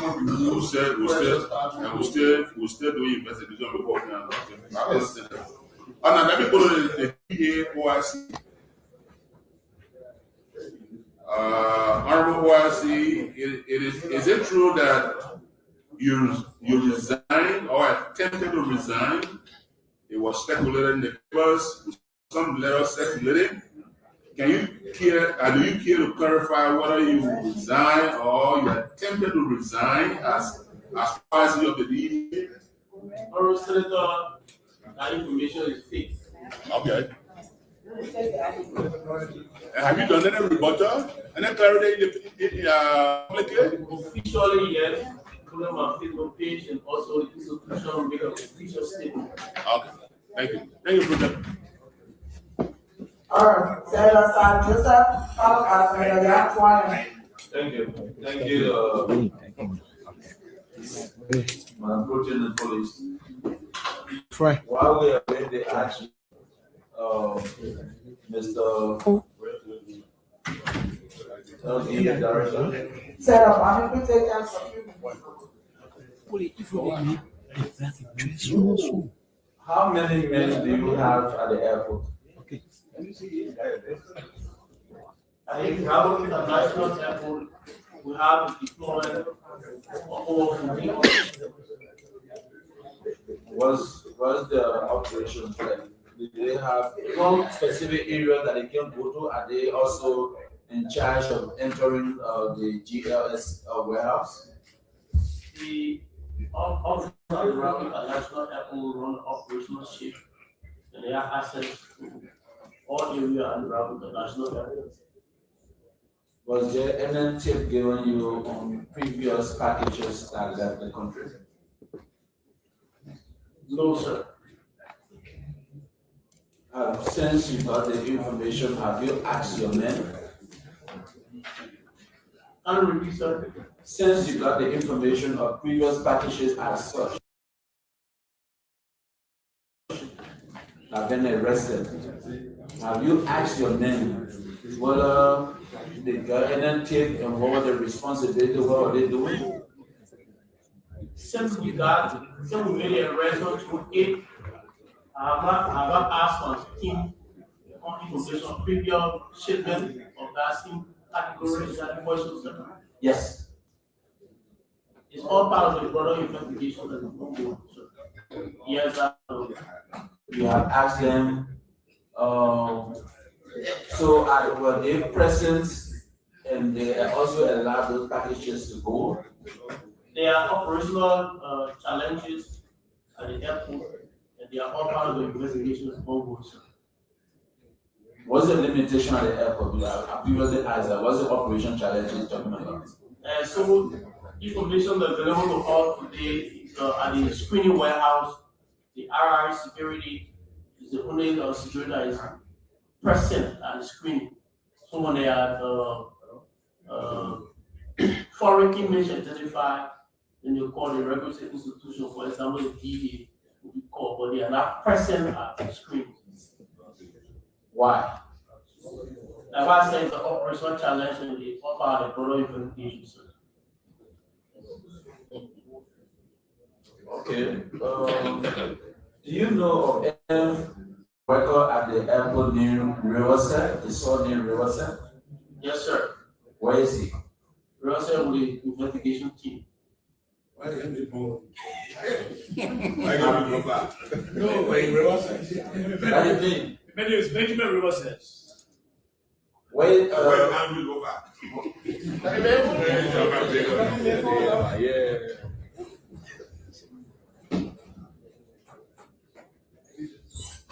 This fellow is part of the investigation as he stated, right? Yes, sir. Have you spoken to him? Yes, sir. Is he safe? Safe. At Focus on Liberia, we discuss everything Liberia, from education to politics, arts and culture, entertainment, agriculture, history, religion, family, and technology. Focus on Liberia uncovers and showcases the best of Liberia and shows the world the truth about Liberia. We educate, elevate, and promote all things Liberia. We conduct interviews, panel discussions, debates, and more. Tune in to Focus on Liberia on Facebook and YouTube and be a part of the stories that make up the news. This is Focus on Liberia, and I am Dennis Jack. Prior information on the GLS operational activities, but in investigations, they give me some insight of their operational activities. What's the office of EHS? EHS office is on the sorry. What's the responsibility of Mr. Hawking to GLS? The previous GLS Hawking is a shareholder and also operational manager of GLS. As far as the investigation is established. Are you aware that Mercy is in partnership from the UK, and most of the packages are going to the UK, and Mercy is from the UK and in partnership with GLS? We, as part of the thorough investigation that we are establishing, sir. What have you established? We are establishing, we are not yet establishing. So we are still investigating our connection that I said earlier, things of thorough investigation. We are establishing that. No, Director, they have an agreement. There's nothing to be established. They have an agreement. GSL have an agreement with Mercy. Mercy is from the UK. So how is it you're going to establish that? You haven't been able to ask those questions? You haven't requested for those documents? Senator, is like we said, this is investigations. It's one comment I want to make earlier was the comment that came from the single senator of Grand County. He elaborated on the previous 150 and then 19. And our interest is neither to make the arrest. I'm not talking about arrest. Yeah, I have a conversation, not arrest. We are not going to arrest. I'm asking you about Mercy relationship to GLS and the packages going to the UK where Mercy is from. With those packages leaving, they are in charge of the handling of the activities at the airport. That's the question I'm asking you. Yeah. Because you listen to my point. You have Mr. King who work for GLS, and Mercy partner with GSS, and the packages going to the UK, and Mercy is from the UK. That's my point that you say you're still trying to establish. Our Senator, investigation is a process.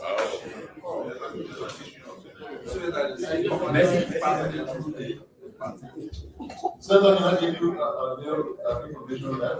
Yeah, I will look for you. So, the Roberts International Airport, the ground handling is taken care of by Menzies. Menzies is an international company that runs hundreds of airports around the world, including London Heathrow. GLS Menzies is a sister company that handles the cargo side.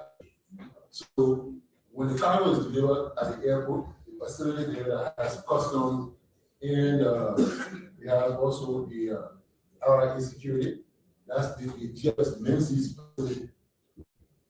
GLS signed an agreement with MES for the UK. Yeah. They are in partnership. Yes. Concession. So they have a GLS. GSL have a concession with the government of Liberia. The GSL contracted Messi from the UK to partner with to operate at the airport. The packages are going to the UK from Liberia. The packages left Mr. Paul King House, who is the operation manager for GLS. True or false?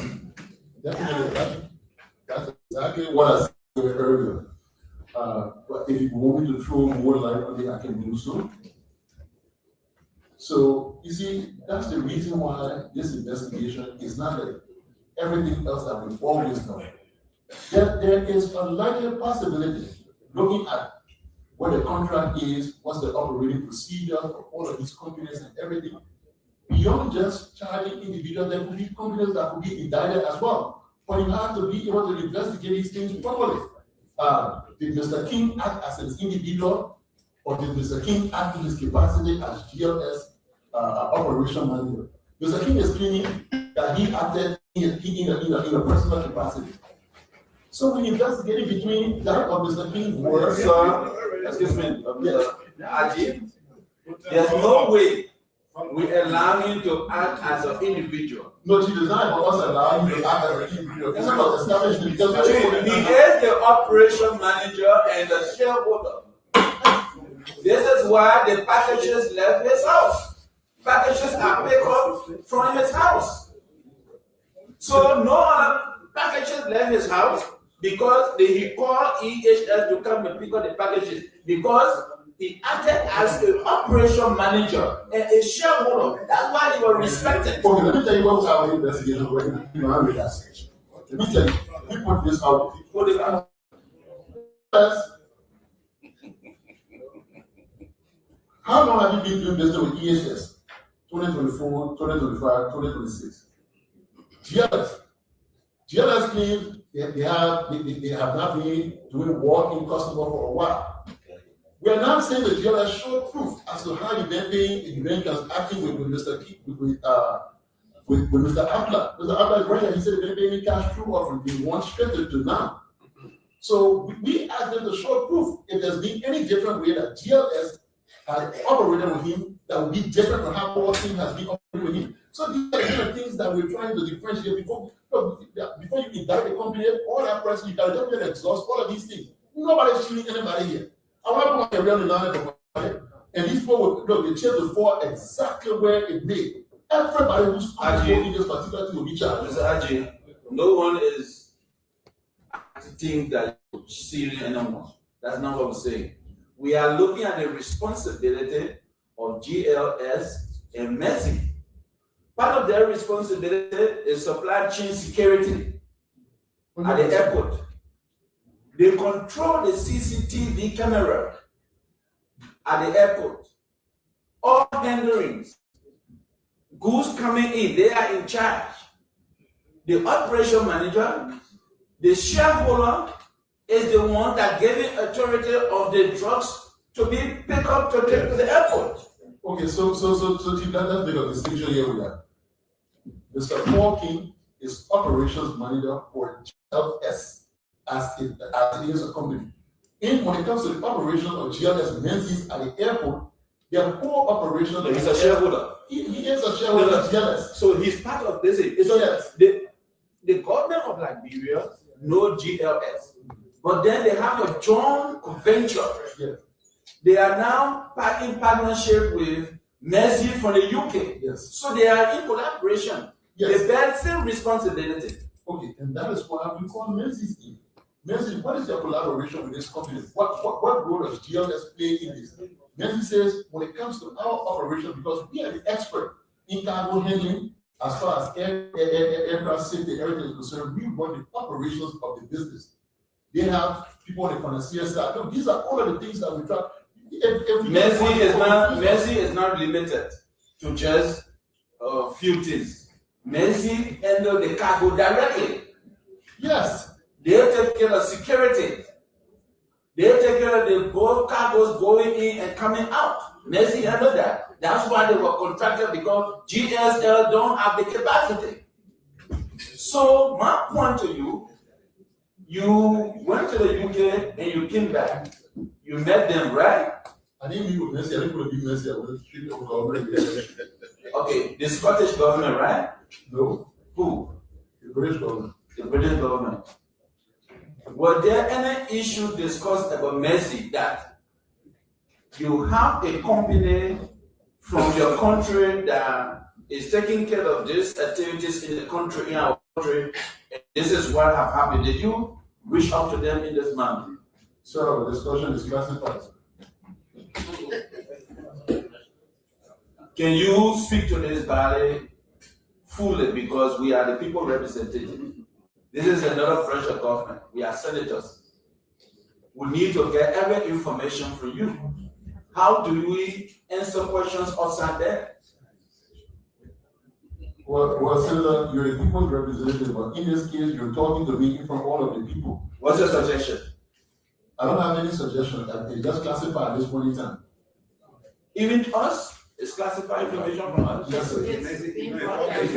So when on a camera you were Well, Senator, as much as I can say, sir, I will not compromise the integrity of the relationship being built between the NCA and the Liberian National Police Service. The information you have is the people's intellectual property. Well, it's not intellectual property. Where, by in the UK nationality. What is the nationality? By who? The person in the UK. Ali Ba. Usman Ali. Yeah. Is believed to be a Brit, based on what we established with the address and other open source information that we have. But these are the kind of things that we're waiting for positive response from our international partners for support on that. But we've been able to gather a lot on him as a real person. Look, there's no way we're consigning something to someone in the UK that will not have a government issue ID in that name. That even to go pick it up, it has to be a real person with a real ID. So we're just asking them at this point in time to see how they can identify his whereabouts, so we see how we can get. Have you checked at Mr. King resident whether you have more goods to send to the UK? That's a good question. Yeah, I said that when we go session, whether you have goods, we want to search to make sure that we didn't find anything of concerns to the investigation. Can we link the present 19 million case with previous drugs that have found that came to the country at 50 million, the 100 million? Can we say these are the same source of where they came from? I cannot say that at this point in time, but that's what we're investigating. One of some of the shipments, do you have any information, previous information, on where the 50 or the 100 million drugs came from? Senator, by then I was running a non-governmental organization and I have absolutely no idea. Maybe you have the notes. It wasn't even known when I got it. Have you asked questions? Well, with the investigation, part of what we're exploring as to where that came from. And we can't rely on just what we saw there because there was still more reporting. We have to be able to verify all of the sources as to what they say, what it means before I can say that put my neck on and say it came from John Brown country. Thank you, Mr. President. Madam President. Senator Young. Thank you, Madam President.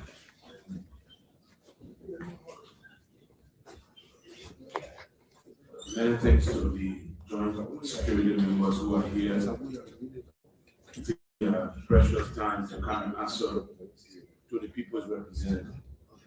I'd just like to start by asking whether anyone here was part of the $100 million drug investigation in the past. Just for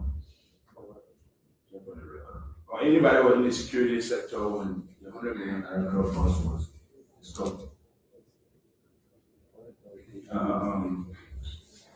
Anyone, please? Yeah, they didn't cheat. I didn't want to know whether somebody one of them or some people here were in the government, so they were not part of the investigation. So there's no one here that was close to that investigation. Because I'm trying to establish a pattern. Because these people were taken to court. And I will ask the Justice Ministry, from your death review, what happened to that case? The $100 million. Well, when the $100 million case was before the court, I wasn't at the insurance at the time. So, what I heard was that there was insufficient evidence to move forward with the case. Were they found guilty or the case was dismissed for lack of sufficient evidence? They were not found guilty, no. The case was dismissed. The reason I'm asking is that I want to know whether the longevity of this investigation has anything to do with the precedents of the lack of evidence that are the Honorable Senator, thank you ever so much for such a brilliant question. We study history to avoid mistakes of the past. There are a lot of lapses, missteps, be it intentional or unintentional, based on capacity, and we have seen across that case to have not been prosecuted. Based on everything we see, there were intentional missteps. So we are working at this point in time, looking at all of these mistakes. Yes, they can be because if you train in a certain area, there's certain things that you just, as a trained investigator at that level, there's certain things that you just not supposed to mix in preparing or here to send the court. You got to be able to make sure that what you're selling survives judicial scrutiny. So, Mr. Haji, having said that, I really like that because we don't want a case, a repeat of this case, such that every T should be crossed and every R dotted. In so far as I'm saying that, how long will it take for us to close the investigation file? Honorable Senator, we're looking at within the next few days. Hopefully, between now to the end of the week, we should have people charged to file it to court. Yeah, because Mr. Ali, that should be done because what you have been getting for the last 3.5 weeks or 4 weeks, I don't think you can get it. Senator, he's saying about this because that's exactly the conclusion that we've come to deal and move forward with this. And definitely, within the next few days, it will be before the court. The allowance you also have is that there are possibility while the case is ongoing, there could be additional people or institutions charged and brought forward, right? Exactly. So that is an allowance to you. So we will have to do that because we ourselves have the same question. They're almost looking at it as a whole national, syndicate about this case, and it's just bad for PR. And the DEA, do you have equipment that screen luggage at the airport for drug? As of today, 0. Why? We made a deficit in this budget year. We have resource. We have a funding commitment. What is the budget of the DEA? This year we have $7.5 million. And how much you got in operation or equipment? For operational, for operations, for the procurement activity, for example, money equipment we have. I can't say the figure all right now. We have funding for procuring of modern equipment. And where are they? Where was it? Can we tell you the capacity improvement in subsequent period? Because I mean, if we start to disclose it right now, definitely. Mr. Adi, this is shocking to me that we actually fighting the war on drugs with bare hands and just relying on mere suspicion. Oh, the man here, you know that he got something bad. Come here. Yeah. Does he even have an office in the airport? Why? Who's stopping the DA from having an office in the airport? All the last time I received from this particular I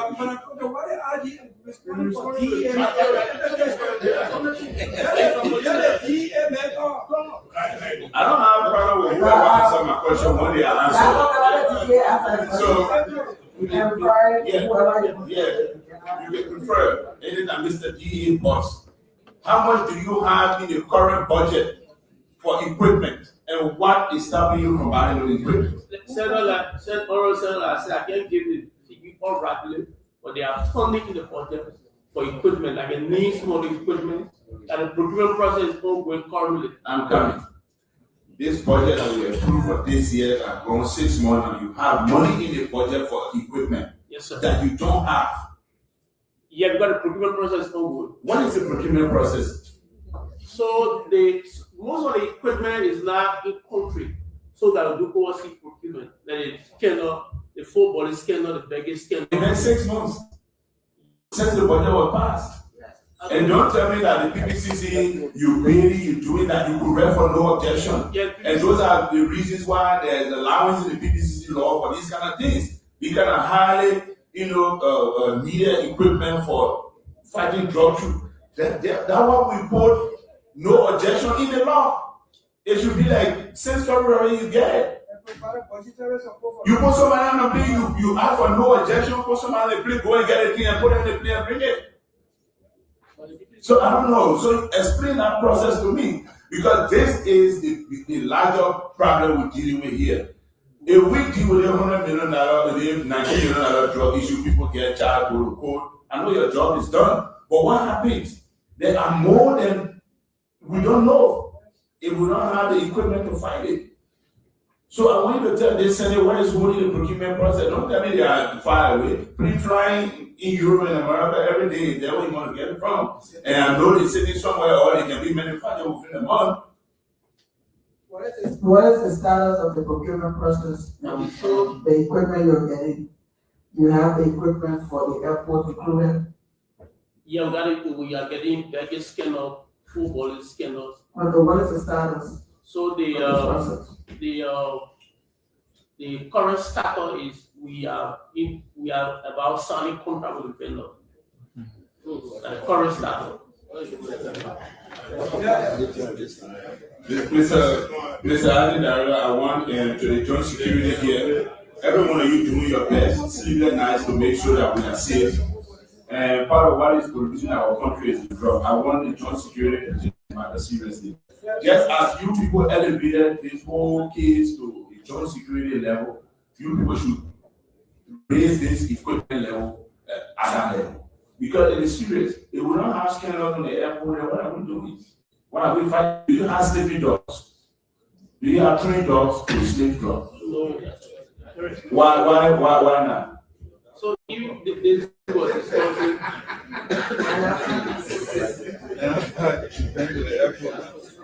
No, but I have to ask. It's not been to the airport. You have them in a room, where before the fed get on the plane and they're doing their job there. So I can get conclude that we don't have some. And if we don't, why don't we have them? We don't have doors, canine units, even for Liberia. We don't have them. So it's part of the bird plan to have canine units for the spirit service.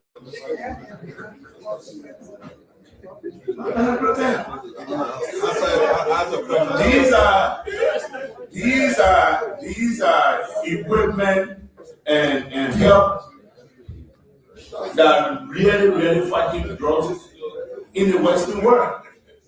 Everyone always have travel. If you on the line, you got these sniffer dogs that would just pass and they are trained to do these jobs. So we should also look at that. Justice Ministry. What was Margaret Brown stand for? Distinguished senators, please protect Senator Anthony. Why was Margaret Brown stand for by a lawyer from the court? It was actually signed for from the police station and national court because it is passing forwarded. Mr. Adi, you said Margaret Brown was sitting in the court and was signed for from the court. And the court, the prosecutor, Sean Ham, is telling us that no, the case didn't reach the court. The minister is, I think is there for the agent, but she's not very skilled. Pastor. This case about Margaret. She didn't mean for words. No. She's very clear. There are two cases. Mm-hmm. The case with Margaret Brown and the senator from the court was a case about a year plus ago. Okay. It was a different case. He was found at the court. And then from the court that he was released. As of yet, Madam Minister, I'm talking about the previous case. And I'm holding about it. If you take over the Margaret Brown by now should be heavily profiled by the Ministry of Justice by now. I'm sorry, Senator, what I heard, because Michael Brown is involved in two cases. The first case when he was signed for from the court. Yes, and this I think it is somewhere. Yeah, so I just need to know why was he signed for by the lawyer from the court? That is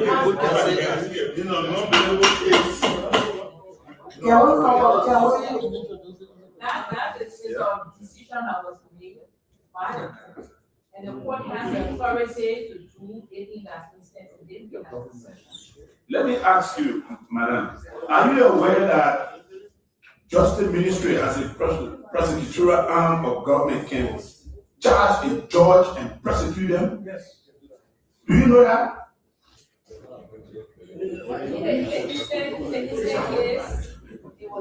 I'm just asking you, are you aware that you are capable to charge a judge and prosecute them? I know the judge can be taken upstairs to the Supreme Court if there is. Madam, that's not my question. Are you aware that can you prosecute a judge?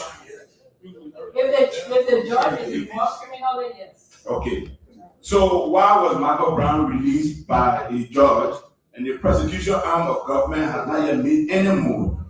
The reason I'm saying that you people making the law enforcement job harder. The recycle criminals in our jurisprudence is too many now. So I need to know. The same Margaret Brown came back now with maybe the other job was small, he came back now with 19 million. Who knows next? Now he's alive. So we need to know from the Ministry of Justice. Because once the police charge someone and send them to the court, you take over. You are the prosecutor. You're supposed to be liaising with the court. And what I see here that's happening between the Justice Ministry and the court does anything it wants in this country without the prosecutor filing up on anything. Explain that to me, please. Honorable Senator, when a person is charged criminally, the person goes before the court. The court makes a determination whether the person is guilty or the person is innocent. All Ministry of Justice can do is to provide the pieces of evidence to tell the court, this is what we have, we think is sufficient enough for you to convict this person. And if the court, whether it's bench trial or jury trial, says that we don't think you have sufficient to convict this person. That was not the case with Margaret Brown. Don't let me about that. I'm not the process. The process, so please don't let me about that. Tell me why was Margaret Brown released? And if so, I want the Senate to be on record for the Senate to consider my approach that we do an extra hearing about, the prosecutorial role of the Ministry of Justice and the recycle criminals that we have. Because it's very, very serious. And what really happened to Margaret Brown and who released Margaret Brown? There should be an inquiry to know exactly how Margaret Brown was released. Because drug can really fight back. We know how to fight back through money. And we're not sitting here and pretend about it that Margaret Brown or just one salary cow that here walk out of jail. No, somebody released it based on something. Honorable Senator, you are correct at this stage. There is not sufficient, or there's not much that I can say concerning Marco Brown. But as it has come up, that is something that we're going to concern. I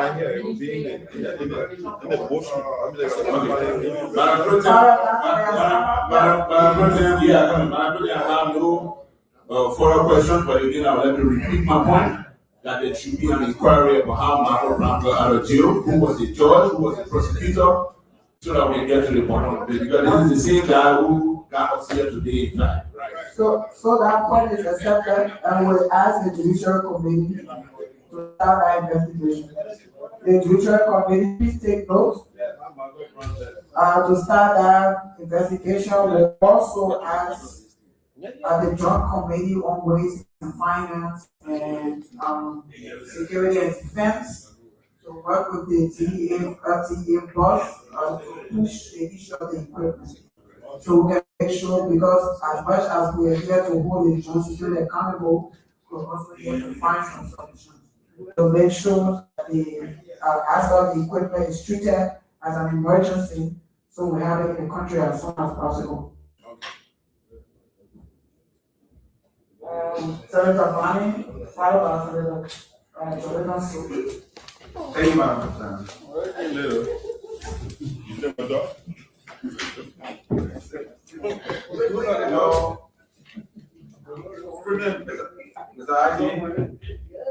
When I was in grade school, when I was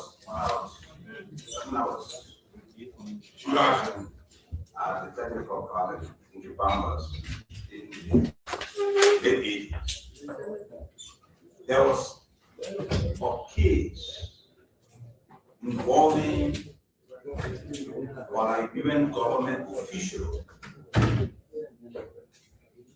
who traveled to the United States. Right here. With drugs contained in the suitcase.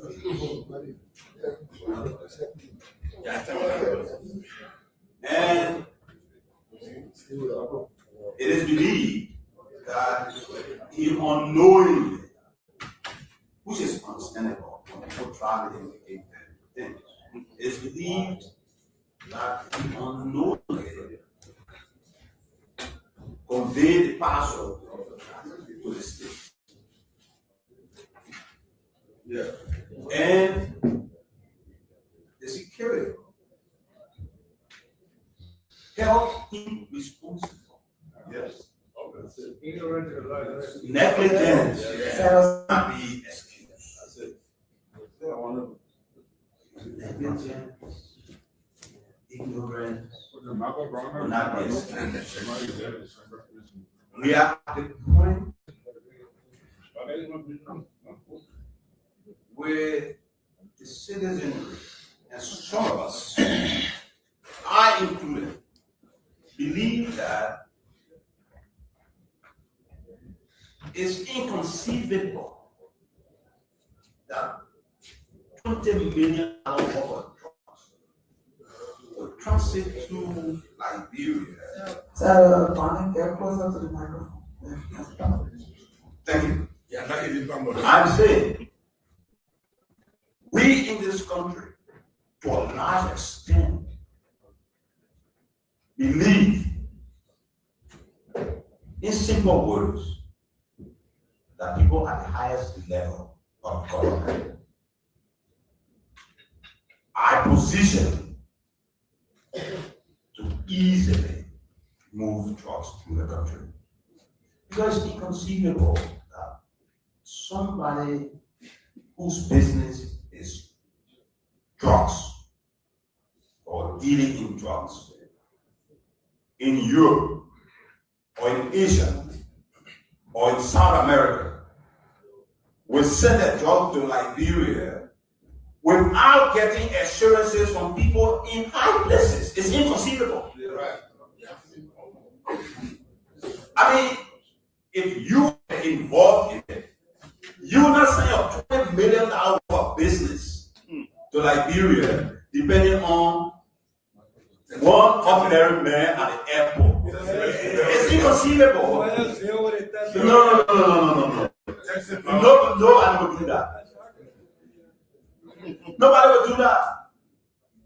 Because then you're not involved in the business. You just going to, you will not take that kind of risk. It's inconceivable that people would do that. So the perception, which is well funded, is that people in high places, given the magnitude of the amount involved, must be contacted to provide safe passage for this. Do any of you, before us, disagree with this budget?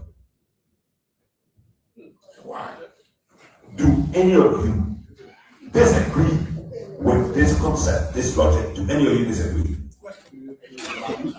Huh? So in other words, you and the people in the country think it's evil. Honorable Senator, definitely when I read the opening remark, I did mention state and non-state actors. Okay. So definitely, your logic is 100% correct, and that is why this investigation has to be thorough to be able to get to whatever they take for. So firstly, let me say to you, by that logic, the country expects big heirs to rule, and not just the ordinary people in the street. Do we agree? So you have huge responsibility, and public confidence is important. Why it is important that you are meticulous in your acquisition of pieces of evidence. You also do not want to erode public trust. And that's the reason why the lawmakers, to give you the room, legislated the law that provides that you should proceed with charging suspects. Let the court be the one to do that. Then you instill trust and confidence because you are operating from the backdrop of a mindset already. You have a mindset. So you have an individual, whether he's an agent or he's the principal, who decides to take whatsoever was conveyed to him to his house, completely separate from his business place. If that is not a probable cause, then what else is a probable cause? If that is not a probable cause, I mean, even if it were at the office, he has minimally some responsibility, minimum. But in this case, as opposed to the parcel being kept at his place of work, the facility of the entity, there was formed at his personal property. That does not necessarily suggest he knew what was in it, but that alone is a probable cause for charge. That's the reason why I mentioned the story of the lawmaker who was arrested and prosecuted. You have a cause. We cannot tell you, Mr. IG or Minister of Justice, go to charge. That's not within our responsibility to do. But from the question, the public will see through your action and develop a perception. And that is not good, in my opinion, for you. Because when the perception is that you are cheating people, nothing you say matters anymore. Nothing matters anymore. then the country is inching towards chaos. So for the sanctity of the country, you have a responsibility to charge the individuals. Let them get the lawyers, and let the lawyers go and free them. When we believe that the judge, like Nyan said, operated outside of his term of reference, we have a responsibility as a legislature. Then when the checks and balance come in. So I would think, given what we are against, as much as you decide to be meticulous, that negligence, whether it was negligence or it was intentional, to have just taken those things to his house, irrespective of who took it there, it's business for charging, in my opinion. And I mean, even if you decide to do further investigation, I mean, let him understand. He will go there and prove that, oh, he will vote against you personally, but the country comes first. We have to do that. And that would be my intervention on the issue of charges. You need to charge those people. You have the basis to do that. Let them go and settle with themselves, because you can instill public trust. The belief is that the time you are taking to do meticulous work is being designed to actively shield other people. I don't believe that's the case. But there was a perception is leading. And when you get the perception to arrive there, anything you say doesn't make sense. So I don't want you to do that. On the issue of the DEA, we understand the challenges. And when I hear my colleagues talk about you need all of the sophisticated equipment at the airport, the people will just laugh at us. Because you have several bullet points around the country. Say, okay, since they have told us this is where they're going to put all the cameras and all the doors, and some people say, certain tribes shouldn't be there using doors. But the thing is, we're not just talking about RIA.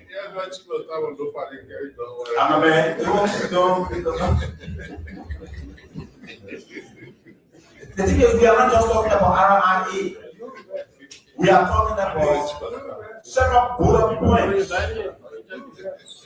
And so we will always need to equip you. But my concern is that the same perception issue. You know,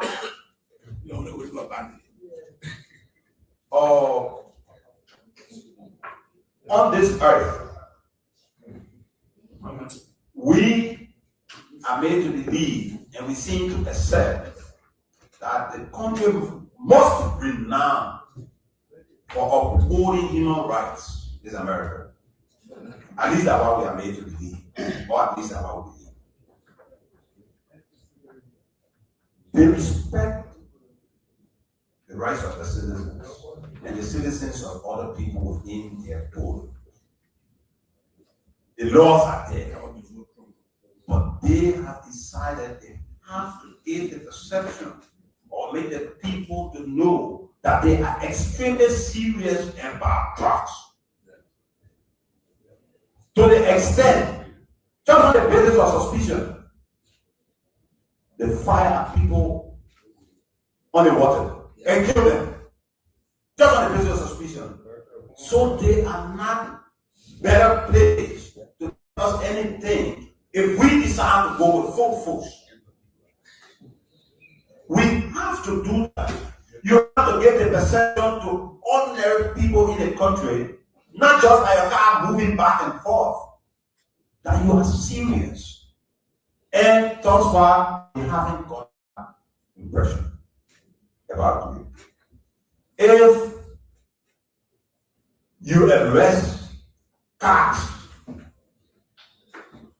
and you decide what happening, in line with the law, this is what I'm going to do with the car, let him go to court. Am I your place to say, oh, maybe the driver didn't know? What that does is that it conscientizes every driver or car owner to be more mindful. Because you can be anywhere. It's that lesson that you will send.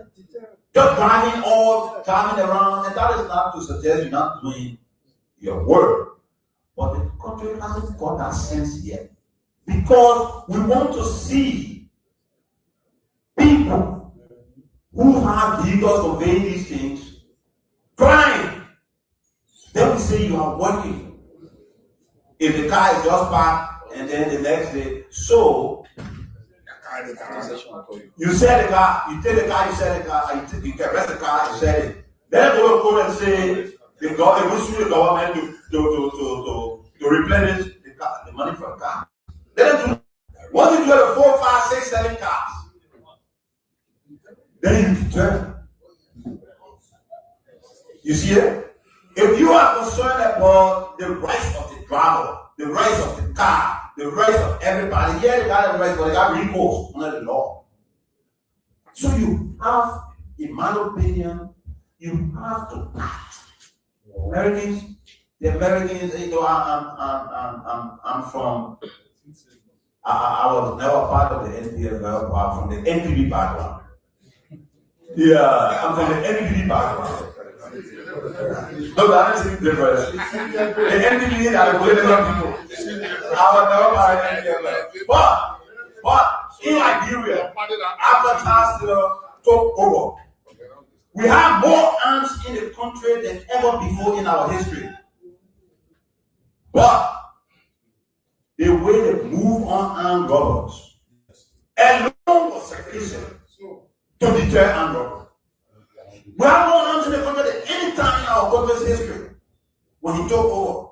And he said the same thing they're doing with firing people on the ocean, arresting presidents.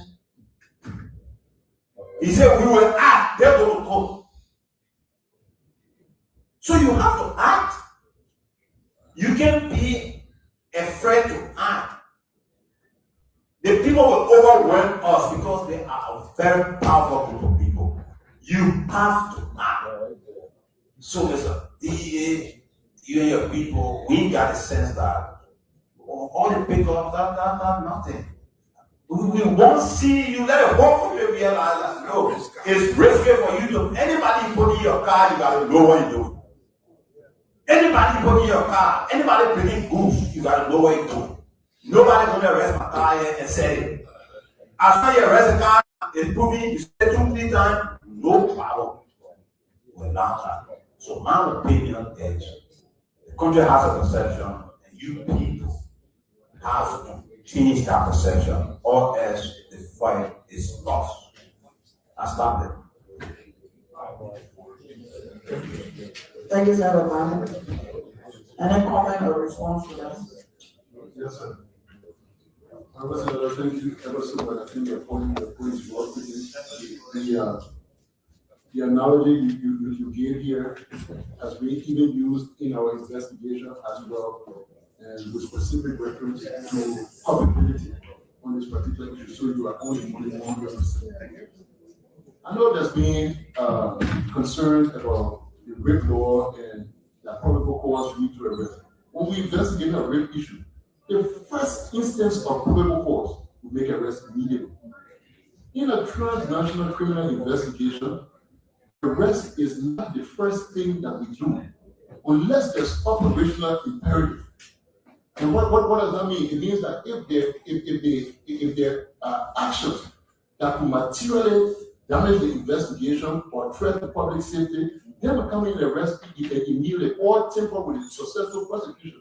In this case, waiting, apart from the public sentiment and everything, in order to have a proper and successful prosecution, this particular time in the border, as when we say pronounce before the week, you will definitely hear from us. We are just trying to make sure we do what is right. It's not arrest in the first instance. And I would encourage the small citizens, you entrusted us, as a matter of fact, stand here and approve us, confirm us, because you believe in our ability. We're not letting you down. What we're doing, we're following it based on the dictates. If you go and check transnational criminal investigators, especially with narcotics, they will tell you that. So I beg you all, we're looking at the next few days, definitely there will be arrest made. But I beg you, just go out. So you're asking for less than 1 week? Yeah, less than a week. Less than 1 week. Yes. Is that a decision that Johnson gave it? Well, I'm just representing. It's given by non-security, and no objection to that. So, that means that before, Next week. is that next week? Before next week Friday is argument? This is Wednesday. Before next week Friday? Before next week. You said what a week? All right, so before next week should be before. Let's will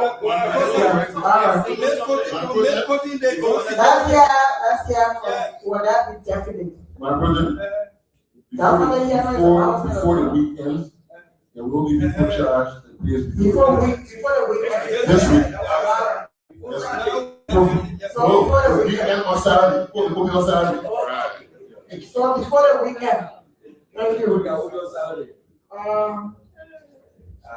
Senator Soper, 5,000 Prince Moody.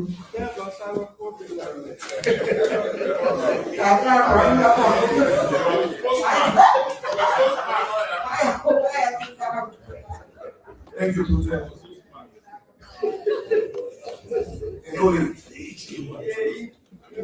Mr. Archie.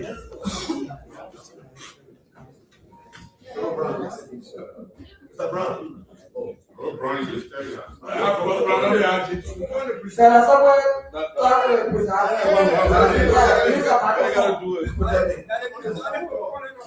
So, Mr. Archie, I heard you to have said that the people you saw in the video footages are not people who are capable of controlling 19 million. What does that mean? Senator Moody. What does that mean? Are there not different stages in these cartel functions and functionalities? What if that main job is where to transport from here to here? So you investigate and say they make the end of the day, you get 50 million. So you're not there. Is that it? Honorable Senator, I said exactly what I said, and I mean exactly as I said. We're not excusing anybody. We're saying everybody will be arrested based on the role that they play. But I'm saying beyond those people are key actors who are responsible for it. So we're not being distracted to just look at only those people. They test it out, they get the hand up, and then leave the main actors behind. The senator just said skilled actors, not skilled actors, everybody. This is a distraction. All of this noise back and forth is a distraction to make sure that this investigation leaves all the key people. That's what this noise is about. It will not leave out anybody, all those who are attached to it, they change the forward way. Thank you, sir. Aji, I'm quoting you. You said these people don't look like they have the capacity to own 19 million. That's what you said. And I mean exactly what I said. That is not the way to investigate these things, because these small fishes can lead to the big ones. But now you're saying that you don't give the small fish immediately and do the big one. No, but that's what we want the small fish to tell where the big fish is. But at this point in time, basically you say to me, just take the small fish to get the small fish. You spoke of capacity. Let me ask you, how did you quantify the drugs to be 19 million? What method did you use? So we have partners with UNODC. We do the weighing and we use the street value based on where it was designated for. So we are told in the street that it's up to 50 million. You tell us it's 19 million. Now, in the absence of these periodic updates that we spoke about earlier, you leave room for speculations. And that in itself is dangerous to our own ability. You also said you got intelligence about the drugs. We are told that the entity at the airport, GLS, arrested those drugs because of tonnage disparity. That's what we are told. So where did your intelligence lead to how did it so fast for those drugs? So the first thing, Senator, I think we're called here because we should have more facts than in the street. So what you're told in the street is unsubstantiated information. What I'm saying here to you is the fact that can be verified. GLS did not arrest the drug at the airport. GLS did not arrest the drug. The drug was sitting there. It was the security, same RIA security. So let's look at the procedure. If a cargo comes to the airport and it has weight discrepancy, and for any reason that cargo cannot be shipped because the weight discrepancy cannot be resolved before the loading time of the flight, that cargo remains there. It is rebooked. On the day that it is rebooked for, the security take it back and they reweigh it. So that cargo did not make the flight because the weight discrepancy didn't have it. Also, it wasn't on the day that it was shipped. It was the security on Sunday. It was booked for the next Friday, which is the standard day that it should have. Yeah. The lady you are talking about, like you say, your customer. I'm talking about no lady. Yes, you spoke about a lady, you said she in your customer. I didn't mention no lady. No, no. You spoke about it before. I did not argue with you. You said it before. You said she comes in the morning, you see the security stamp. Yeah, okay, before, yeah. Correct. And that's what I'm quoting, that's what I'm writing when you're talking. And so that lady, it was the lady who said that she put clear on the box. Yeah. But there was a weight disparity, and that was the guy from Riverside. Riverside. It was Riverside who came from what you told us here we came. That Riverside was instructed by a fellow who was in China, right? Who was in China and was expected on Wednesday, Mr. D.A. Am I correct?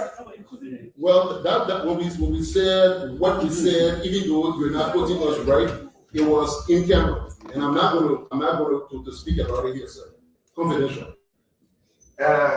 Mr. Chairman, I beg you, maybe you should tell me what not to ask and what to ask. On a serious note, these are things that are affecting us. So go ahead. Don't argue with anybody outside of it. So here's the question, Mr. Aji. Here's the question. If I'm supposed to travel outside the country, and while trying to book a flight, you called me with a parcel that had drugs inside, what do you do to me? I want you. So why are you not arresting these people? Who had the drugs? And Honorable Senator, I will repeat. In a transnational narcotic investigation, arrest is not the first thing you do at the first instant, unless there is operational necessity. Arrest is not the first thing you do. What is your objective? Just to arrest those who got a finger on it at the moment? If these people were at flight rates to jeopardize the investigation, yes, we arrested all of them immediately.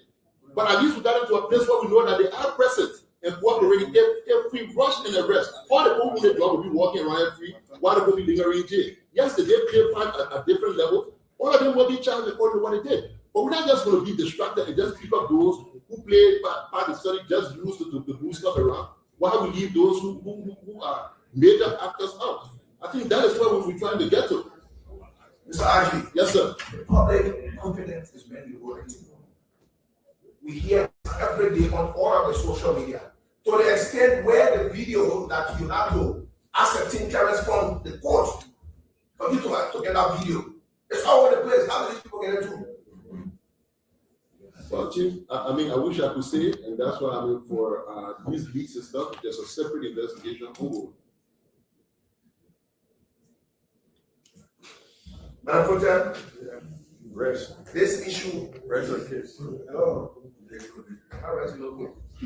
This issue is placing our country in the international community list as being a transit point or a drug producing country. We need to do something because we fought to get this image to where it is. On that note, I will rest. Thank you. Senator Moy, followed by Senator Jalan, Senator Doko, and Senator Doko, and last. No other Thank you. on the list. Thank you, Pro Tem. I have you call my question. Go there. Yeah,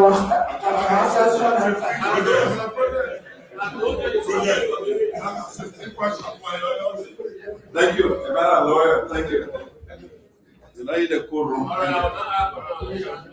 Pro Tem, distinguished colleagues, I will be very brief because most of the hard questions have been asked. So the IG, I see you taking on most of the questions. Why are you not proactive in providing information to the public as we have always done?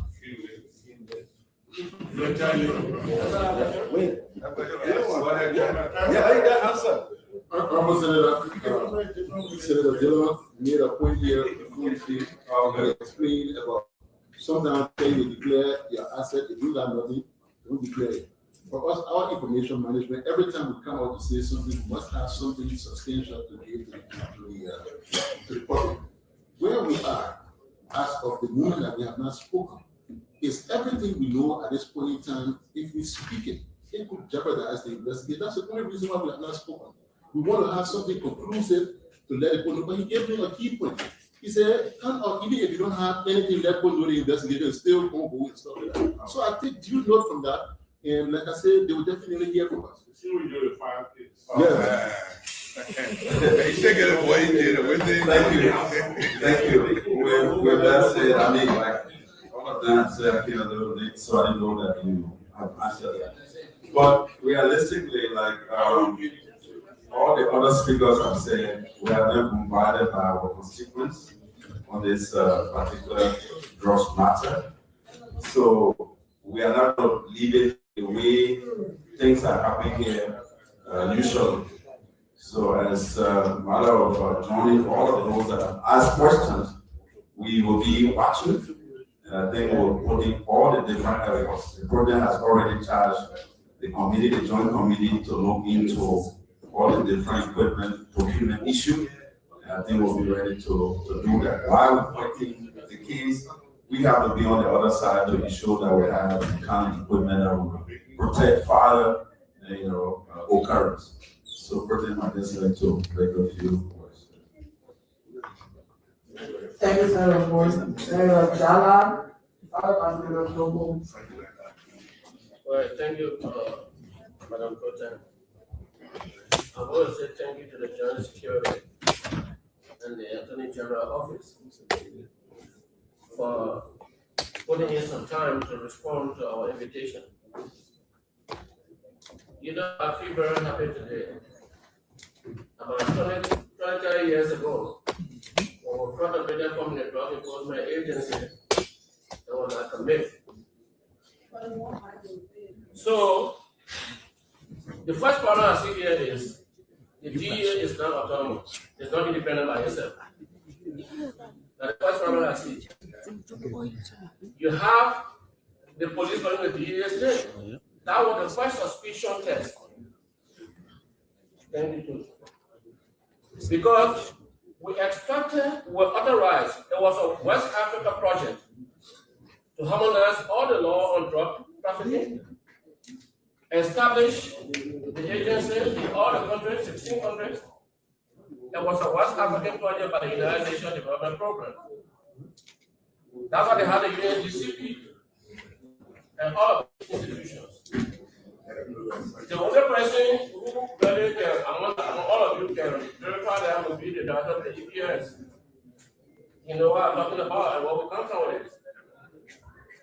So let me start with my first question now. After the preamble, is Liberia a member of Interpol or is related body? Good afternoon. Thank you. I'm proud to announce here to the Senate that as of last week, Liberia's full rights and privileges to the Interpol was 100% restored, including voting and access to the regional bureau in Abidjan. After paying debt, getting debt cancellation, and paying some monies that were owed since the war.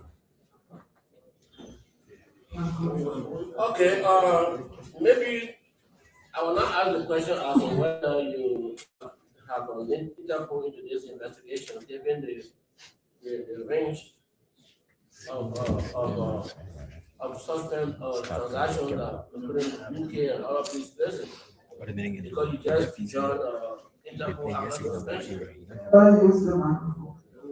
So we still have access to the article concerning that, which of course, yes, we have been able to use that. But in this case, if you're asking Interpol for help, take for example, we got this Usman Ali, who is in the UK, and the Rahiba.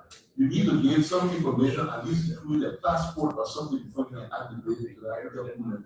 That's why we ask partners to be able to identify them. Once it's set up, we can get in the Interpol system. Okay, Mr. Director, in your criminal investigation, there is something during and after the fact. Am I correct? Yes, sir. How is it applying this case? Sir, this, like I keep reiterating, this is a complex investigation. A complex investigation. It's not treated an ordinary investigation, sir. I know that as a former director of the Drug Enforcement Agency. But it doesn't mean it should not be done. Yeah, I'm the former director of the DEA, yes, that's a fact. But what I'm saying is, you gotta have this layer. Accessory before the fight, when you get intelligent information, you move on to the scene, you do arrest, the fight is established. There's an accessory during that process also. Maybe at some point in time, you can deal with those tables, those two tables, and proceed to after the fight. Am I correct? Regular investigation, yes, sir. So the DEA investigation is not regular? Sir, this particular investigation is not just a DEA investigation. And the reason why you even see me here speaking is because this matter was elevated to a national joint security investigation led by the police and the DEA. I'm still maintaining that you don't have a DEA. The DEA is a police director, in a way. Secondary to the police. And we have emphasized historically that the DEA must be independent of the police. That was the problem is. The DEA must be independent totally of the police. They come in for collaboration. Based on invitation. They come in for backup. If there's a gun shoot and all of that, you can call them for backup. But the DEA has to be able to do this job and be independent. That was how we perceived it in 1996, 97, 98, and 2000. We took the drug people from the police, from NSA, from all the places that put together the DEA. So that's the first thing we have to correct. And it should start from this investigation. Because if the DEA is just there to say yes or no, or give clarification, we're going to repeat this mistake again in the future, or if there's another mistake coming. But let me go to my next question. Has there been any, maybe I was not here earlier. Okay, if there was if the answer question is asked, somebody can guess who deal with that. I will pass on. Has there been any independent forensic analysis of computer on this case, on this issue? Yes, sir. And it's still ongoing. No. When you see that was the material, have you done forensic analysis on that? Samples have been shared with partners, sir. So you don't have forensic facility to do that, right? No, sir. That's why you stop it on the code. Because your evidence. No, but excuse me. I mean, it is testing to know the substance. Yeah, we got test kit to use to know what kind of substance it is. But when you're talking about detailed forensic analysis, that will require like the composition to know where this drug was made, which country it came from, what the marking on the box, which cartel it would be associated with. Those are things that that require further analysis. But for analyzing to know what it is confirmed that it's cocaine. My respect to you, sir. You have a connection, you have partners, international partners, international. If you have some complication, have you requested countries that will help you fast track this forensic analysis for prosecution purpose? Yes, sir.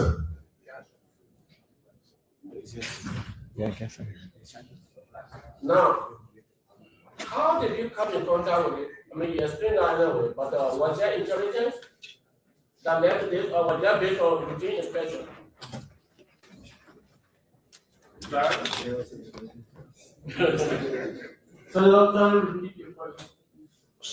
Did you come across intelligence before moving on this matter, or was that based on routine inspection?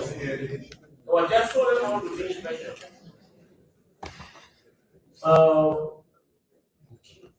Both. We have people also working, but this one was routine inspection. This drug, for your body research, Sorry? is it made in Liberia or was imported?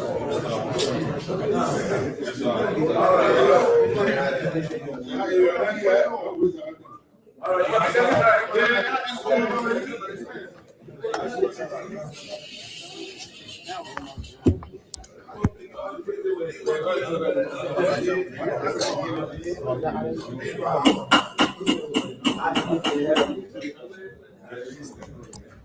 Okay, so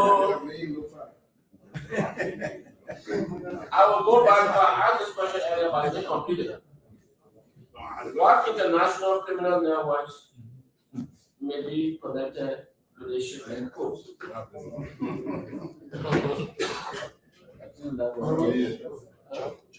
Honorable Senator, like I mentioned earlier, until there's detailed forensic analysis to know the chemical composition of drugs, if the DEA do the analysis, they can tell you which country that particular stuff comes from. We don't just want to assume. Yeah. At this point in time. No, I'm not suggesting that you should assume. I will even give you as well, you have other international partners to help with this, like the US embassy. Yes, sir. You want to know this? Yes, sir. Because one reason why the cocaine, I think it was about 100 million under the Saline administration that was because the French captain of the ship, from which the cocaine was intercepted, and that brought to testify in court. That single reason, the case was dismissed, unremanded. Yes. So,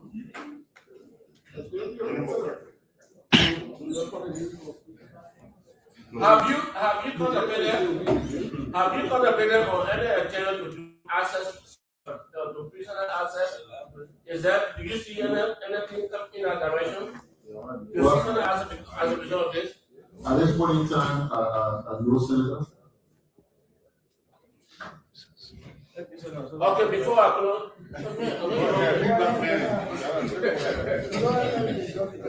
Before I close, let me make it clear that the city equipment watches is not a matter of issue because under the PPCC law, the security are exempted from the regular competitive media process.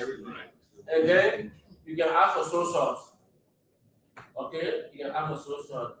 The PPCC cannot delay you for that. You don't need even any intervention. Just write that this is the security equipment. We want exemption. We want to do sole source. They will give it to you. So, having had a long day, let me allow the process. We have a timeline. That's what you bring in. Come on, man.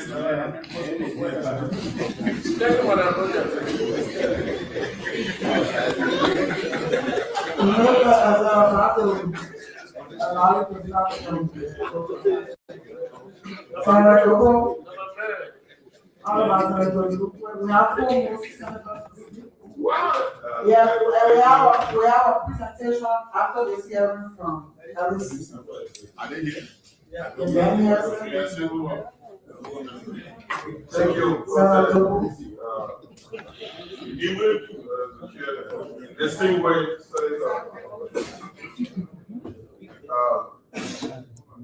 I'm coming from this standpoint where I believe that the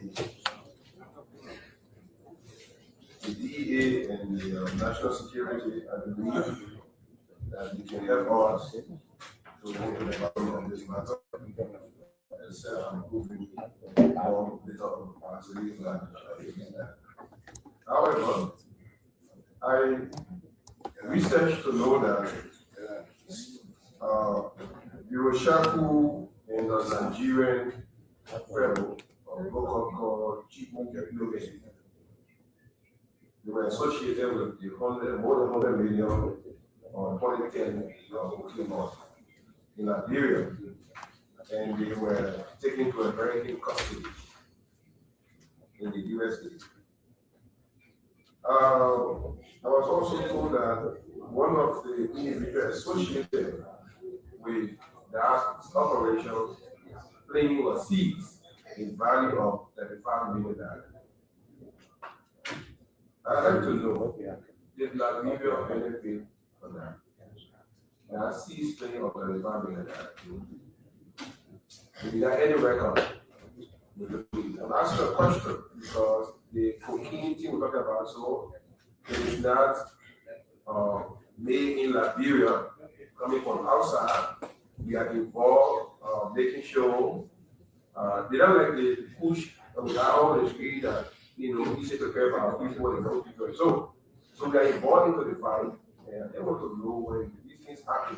So we will support our security forces to seize these things as a result of operation in Liberia to we benefit the country. They want to know going forward.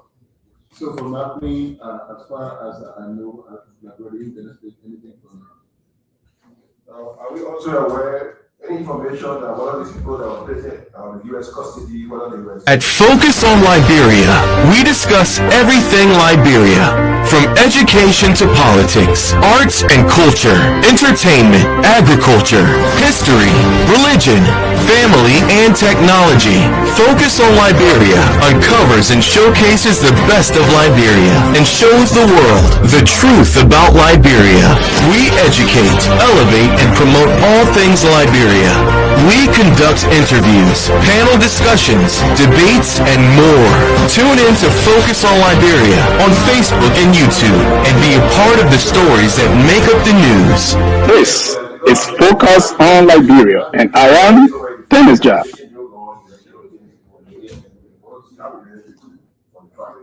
At Focus on Liberia, we discuss everything Liberia. What was specifically in the Minister of Justice here? What was specifically the ruling the jury? What was the ruling on the $100 million case regarding the continuum, exclusive continuum? What was the ruling?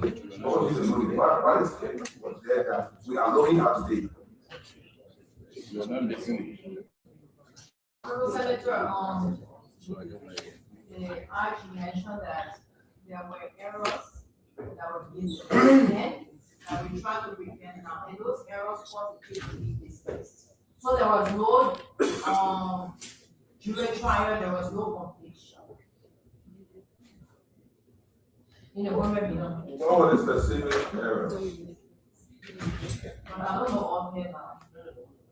We need to know it because other than that, we'll be asking the question, forcing you to do some things that you shouldn't do based on what you are seeing for the ruling. Because you are, in my mind, you are taking your time because there were past cases. And one of those that Senator John said, that the court dismissed the case because the me, then we get a judge, will not come before the court, avoid something like that anyway.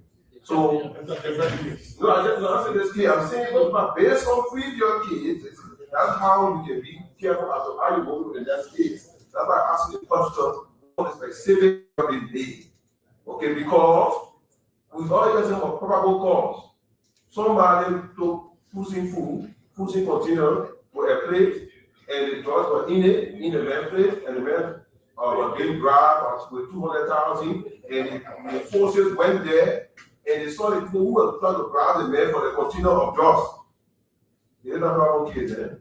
So I don't know why is it that the police, the court is made that in the context of how we read the law of a probable case on the $100 billion plus, when the people are there, maybe we need to learn from that during or reasons of dismissing the case.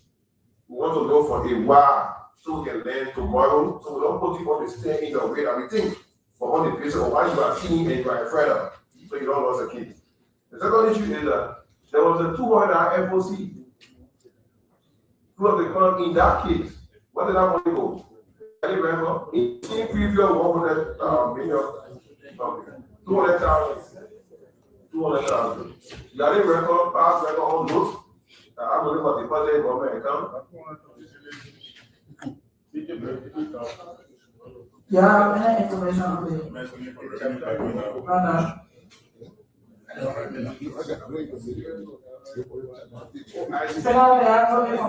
Yeah, because I'm speaking for the backdrop of supporting our people, and they are going to the fight.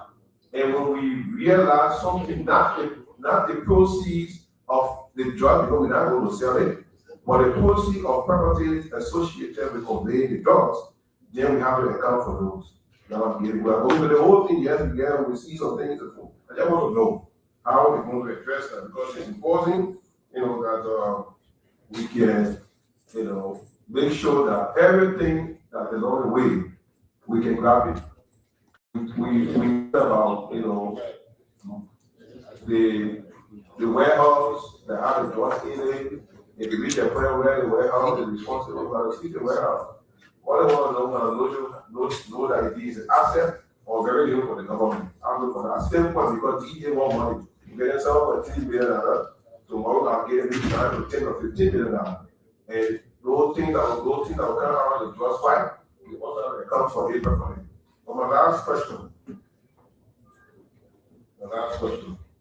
The code building is very stood into Eastern State and so forth.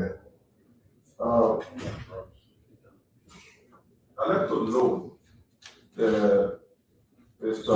IG. Yes, sir. You say in your statement, for the record, that you are now at an arrest stage, but you are elevating. Suspect stage, but you are elevating. So in a week time, so you will now be able to arrest because you cannot arrest a person of interest, but you can arrest a suspect. You reach that level. You get to that level. Yes, sir. Okay. So by next week, or you say the end of the week, that we'll get to that stage. Are we talking about everybody for the sake of the public, or those who may reach that level? And that will be clear, because we won't see, we have 4 or 5 persons, then we'll go see that only 1 person. What are you saying? I can't speak to that immediately. No, I'm not saying to the number either. I'm saying, should we expect just the same number or expect what is right? As far as the investigation is concerned, every culpable actor at whichever level in this particular transaction will be charged, whether in person or in absentia. Last question. When the most when they didn't want to the market was able to when does they think they call security? When does it end at the airport? When you enter the plane first, security. Because people asking questions about where do they stop, the facility was seen, security get involved about individual and so. Where does it stop? For me to do anything without no security. Security doesn't stop at any point. Even on the aircraft still has its own security. So security covers you throughout that flight to your destination. So you reach the next airport, you continue within there. But if you're asking, I mean, like on our side at the airport, once you're screened and you go through the cut that ticket and send you to the jet bridge, our security have done the part of you over to the airline. But it's intended that we should have met all of the requirements between the air. So this judge did not pass security. Huh? This judge did not pass security. Well, at the scanner, where this drug was scanned, we have RIA security officers there. So you work jointly? No, I mean, we're not in that scanning room. And that was one of the issues we noted immediately when this incident happened. I mean, for a facility at that magnitude, or especially that kind of gateway, it was a serious negligence to have only one security body there monitoring our scanner, because the scanner got two different monitors. So you either have one national security actor and RIA security there, because I mean it's more difficult. It's more difficult to convince the two than to convince one within one entity. So I mean that was one of the actions that we took immediately to correct it, that we have national security actors. But there were almost study that the concession at the airport was ratified during election year 2017. And it's been a while, okay? I think it's important for the Senate to look into that concession to address some of the issues, those things that will be both security, and other implications to know how do we advance the activity, because probably there are components of that agreement that will say you can't do this, and the LNTR or NTR or whatever. So we could see some of that seeing it. Maybe it will help in the future as to how we strengthen security presence at all levels. Thank you. Thank you, Senator. Thank you, Senator Dukwe, and then Senator Twari and Coca. Thank you. So I'd like to know, anyone of you can respond to this.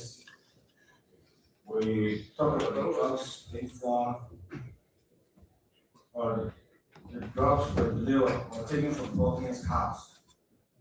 How did the drugs get in his house? Have you been able to investigate the establish how the drugs got in his house? Yes, Senator, that's some of that's part of the investigation that's ongoing. It claims that it was delivered to his house this evening and subsequently picked up from there. So we can understand, but according to him, he doesn't have CCTV at his house. So we're looking into everything else that connects to how he did. Yeah, so by the intent of the question is to establish why not your house? Why not anybody's house but him?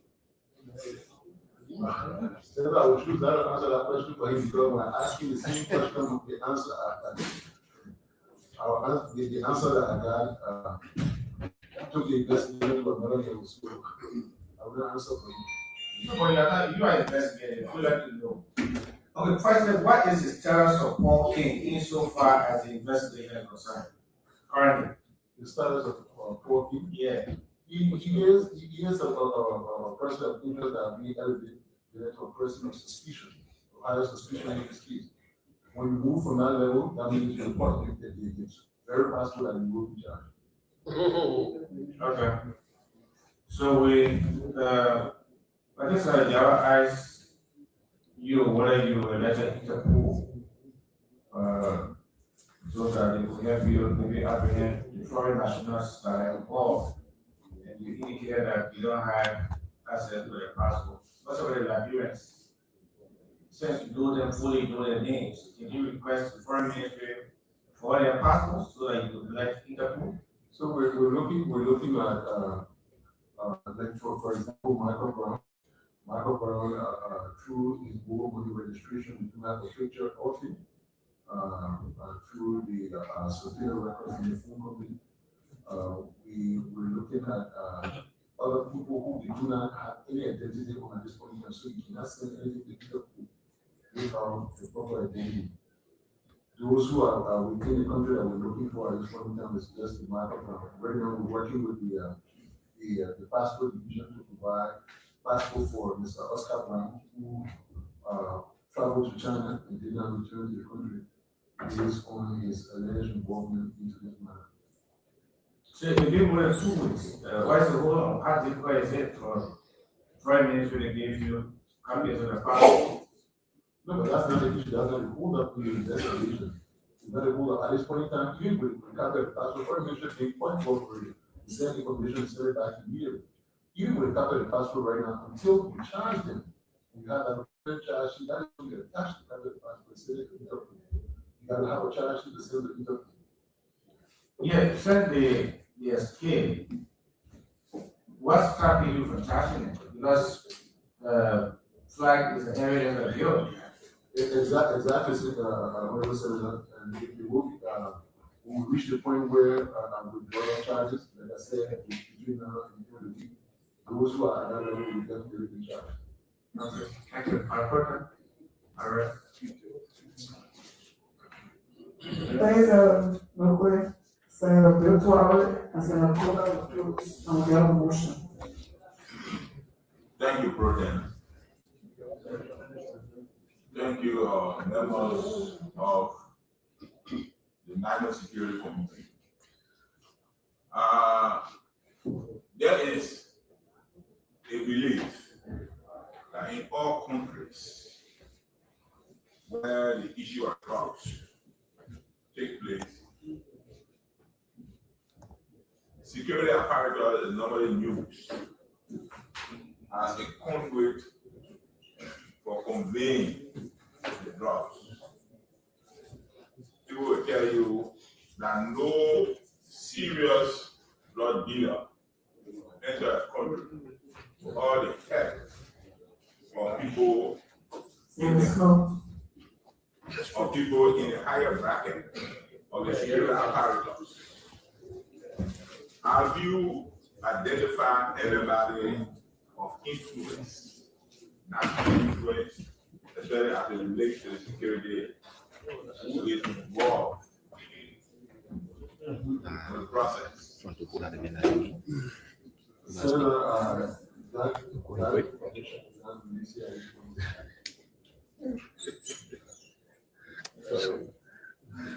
the issue of Michael Brown,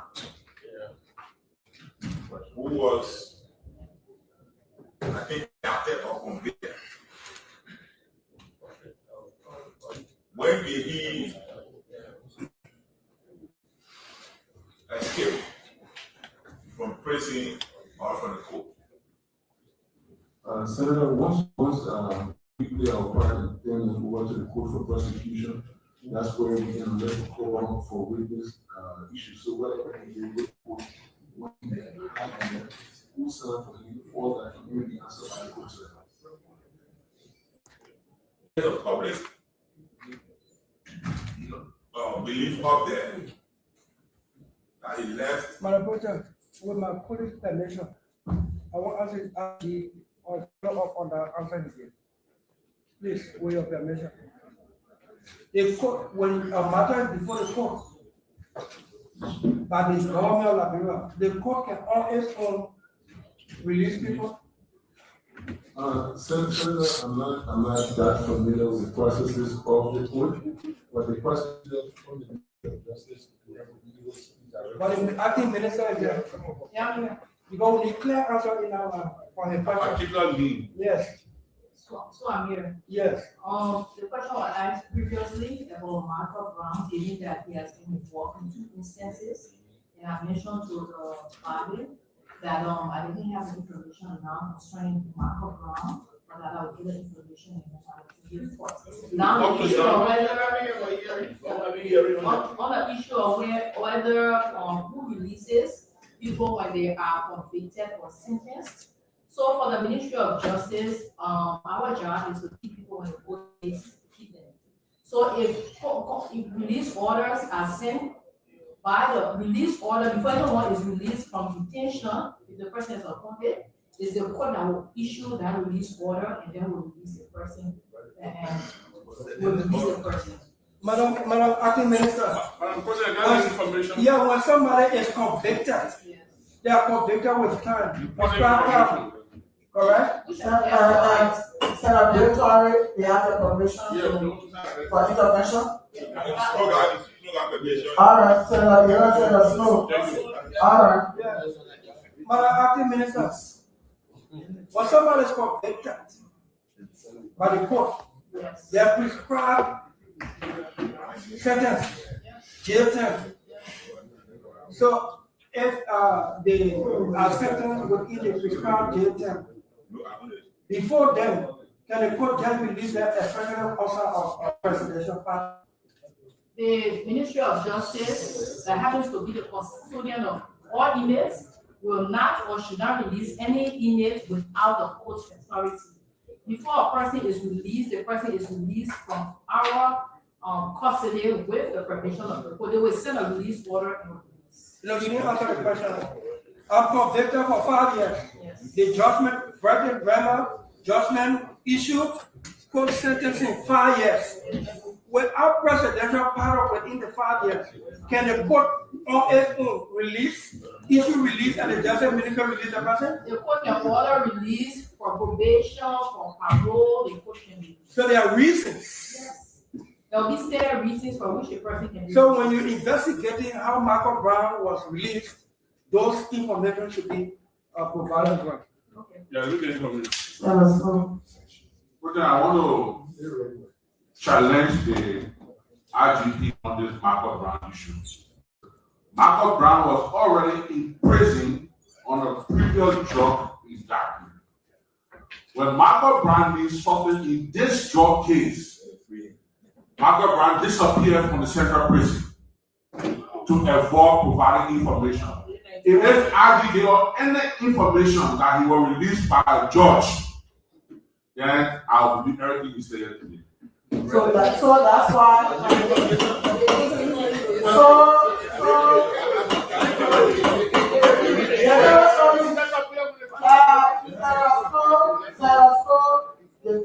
That's why we have asked the judicial committee to take charge and start a whole new hearing in the Michael Brown issue. Yeah. I've instructed the Secretary of the Senate to do the communication to the committee and the hearing should start ASAP as soon as possible. I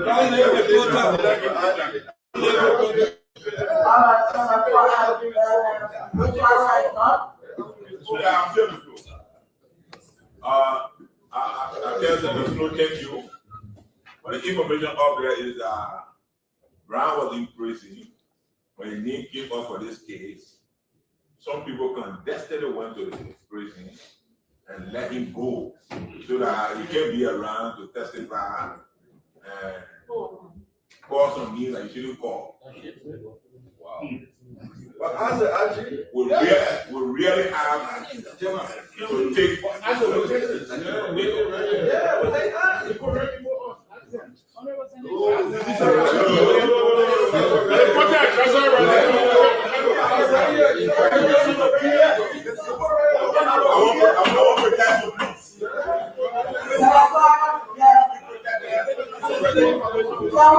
Can we allow your caller to ask this question?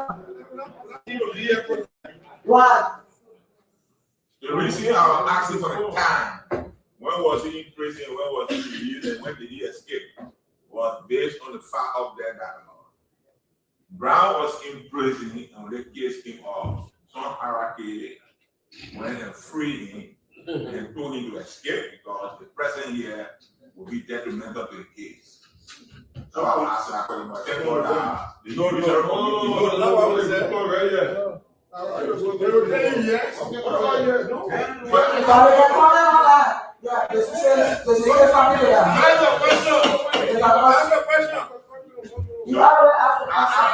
When did he leave prison? When did he escape from the court? I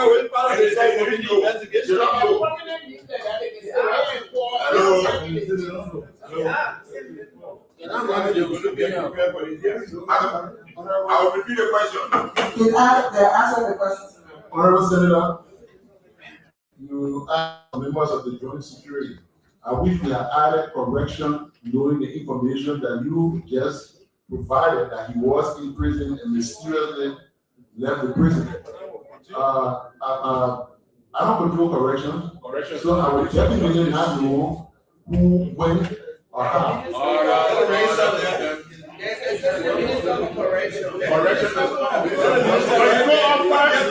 The agent was friend of the court that released Michael Brown. Yes. Now you first told us I was told. I told you you were under the custody of the court. You were telling what the court is. Read your stuff. I didn't tell you to the court. You said yes. You were telling what the court. I don't recommend it. When we tell you what the court You said if I would quote you verbatimly that that the lawyer went to court and signed for me. So maybe you're mistaking. I didn't hear you well. I mean, are you going just to sit at your time? Yeah, we all wait for the action. Let's leave the interaction with the foreign and the IG. Yeah, everybody have their time. So let's hear from him. I'll come back to you. My question is specifically targeted at me, but for reasons known to those who are asking. Notwithstanding, yeah, but who answered the question from Michael Brown? How you get the court? But somehow you put him on me and say, Nobody is accusing you except you have an exception. Use that microphone, Senator. Actually, do not argue with the senators. Do not argue with the senators. So that is LTA. Use that microphone.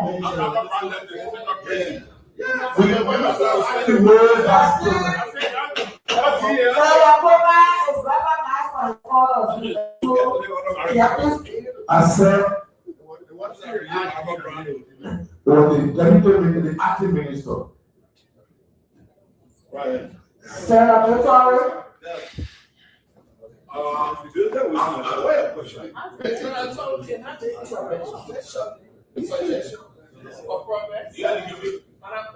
Yeah. I believe the assistant minister for correction, the person responsible for the prison, they are in this country.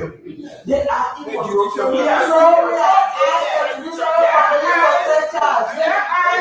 Let them get some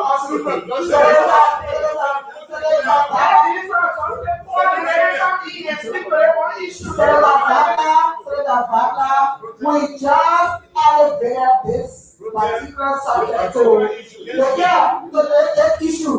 Without the judicial committee, without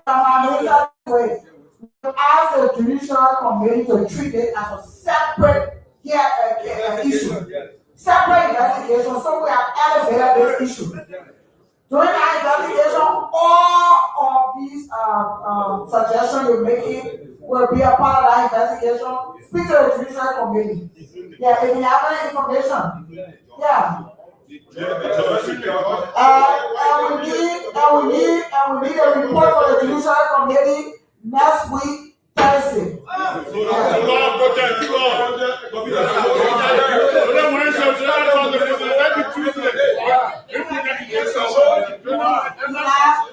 This is an investigation. You know you have to do communication. Next week, Thursday, we'll follow all the hearings. Set up your already done. Yeah, I've done.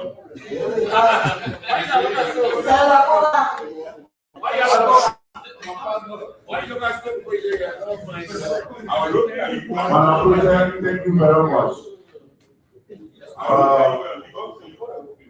Our distinguished Chairman of National Security, Defense and Intelligence, I want to say thank you for the fast action. My first question go to Colonel Diago. No, recommend you.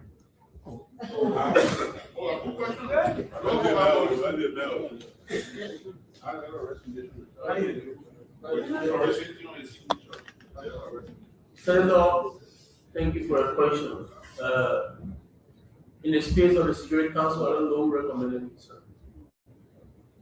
But I believe I recommended by my histories in the law enforcement. Are you taking pay as GDA's acting director? No, sir. You said? No, sir. I guess you said in a position of trust that you're not taking salary. You don't think you will involve in corruption? I'm an ethical police officer. I still taking my police officer salary. I'm state officer in charge. So who do you report to? I report to the Minister of Justice.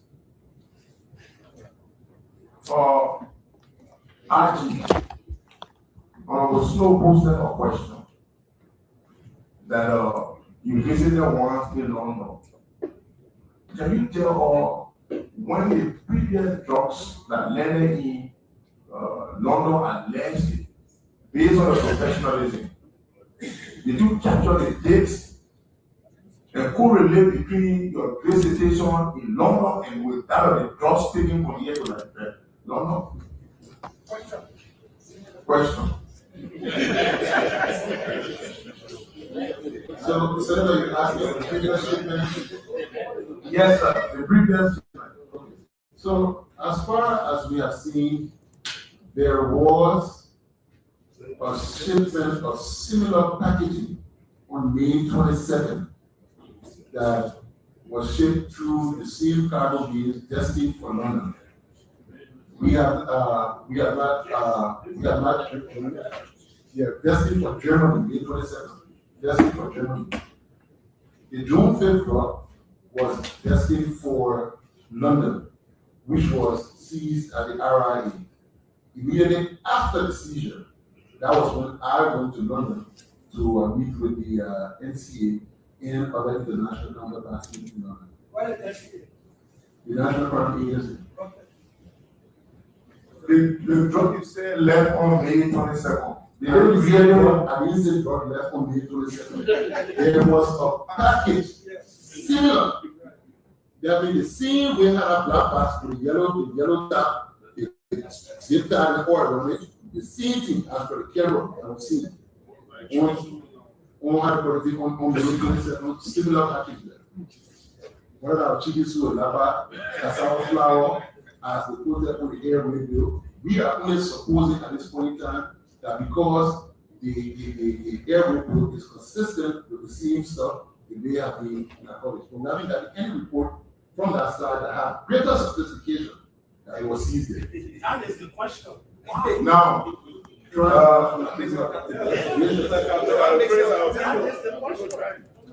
according to your estimation, you said Brown is alive. He used to be China saying he left, right? Well, he's not believed to be in China. It's believed that he left China, and the indication of him leaving China is he did board the flight, he checked his luggage.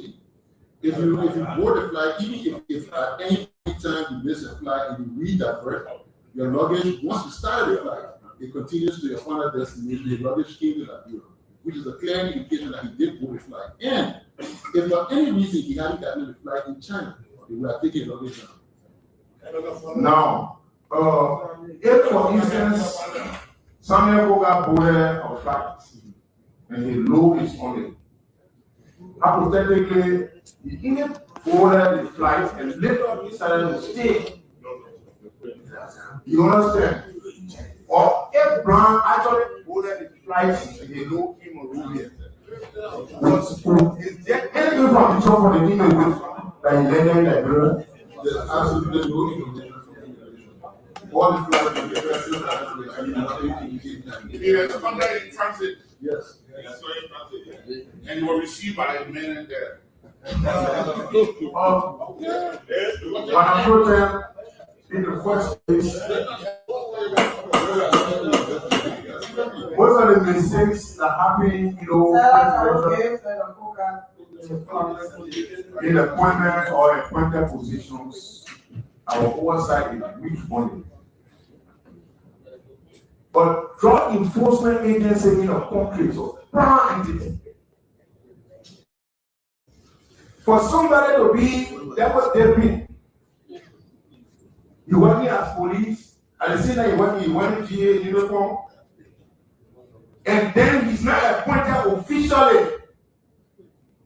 There's a escape route. We need to take cease of the matter and write the president that he should appoint or nominate somebody in that position. Not later than this week, they're serious.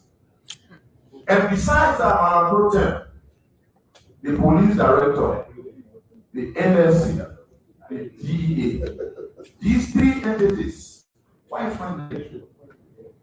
These are people we trust them and give them position to make security in this country intelligent to provide any information that is unscrupulous to affect it.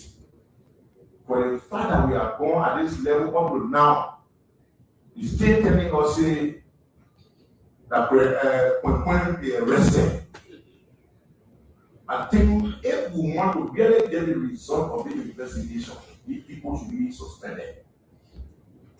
When they are suspended, you will see that the honor men will get the actual information. These people, the position the other pass is a position that they can defend and protect any information that you don't get. The story here is to go to court. When it went around the court, then it was maneuvered for the case to be a briefcase case. But I'm brother, I don't read my word. These are people that we trust our position. The police director say, if you behave like a lawyer, that student who is wassailing around, rode a car, and then he's telling us we should go in, we should do this. But the idea ye to the coast, to the airport. No sympathy, law is labor and wait. The railroad should let that metro, let him be inside. And then more visa and protest. The government, more about the security apparatus, are not giving you any assurance that the citizen will not have the misperception they have of the security apparatus. It's not only the security apparatus, the president, people are kicking out. Because of the room these guys are giving, everybody is calculating and making decisions at their will. Under no circumstance is going to protect. That a gentleman who they use a house to custode of goods of personal substance, and that goods were taken from that place to be parading around here and saying we don't have enough evidence. That the issue of trust and rest is a deterrent. You're not going to let them move or you're not going to feel the sorry. You want to tell them we'll be criminal that we are not joking here, we are deserted. That's all. Arrest the man, put him in jail. That deterrent all those that live with him that think this will be a friend with you that just cartel territory. It's not happening, it's shooting him. They see the man moving here and there. As my police said, people who take him push around here, they grab him with a very low name police car.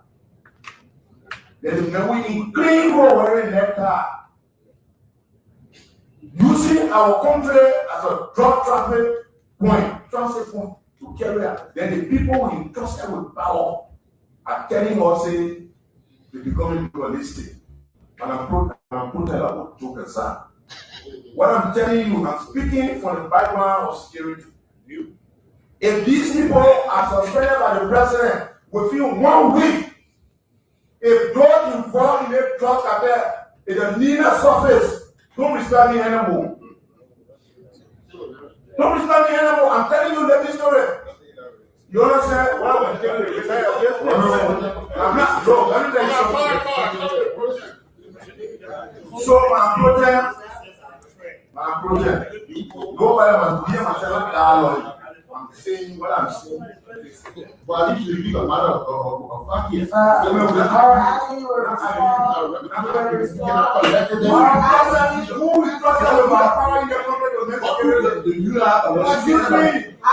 have a way to respond. It's so important.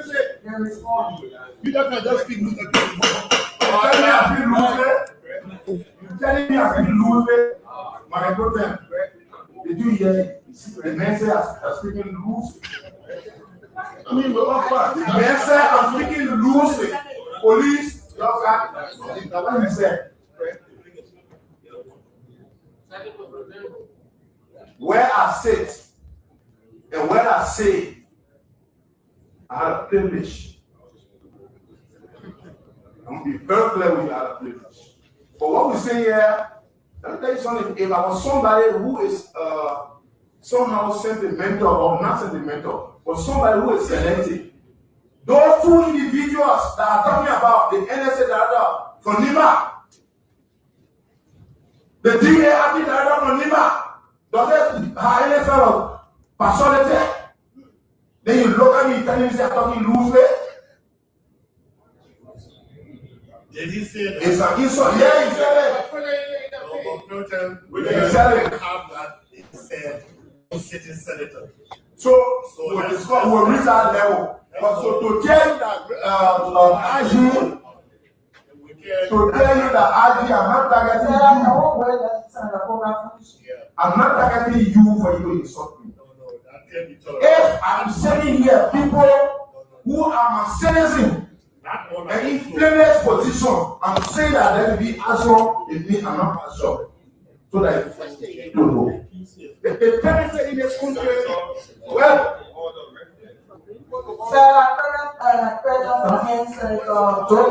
you have a presiding here. I said, let's wait until Senator Coker ends his statement. This drug issue, if the president will take action, we ourselves will be pointing finger at the president. We got bad international image. Not to understand why Liberia should always be used as a concept point. During that time, the Brazilian drugs here, the French Navy intercepted aid. Senator Coker, continue. Senator Coker, continue. Senator Coker, please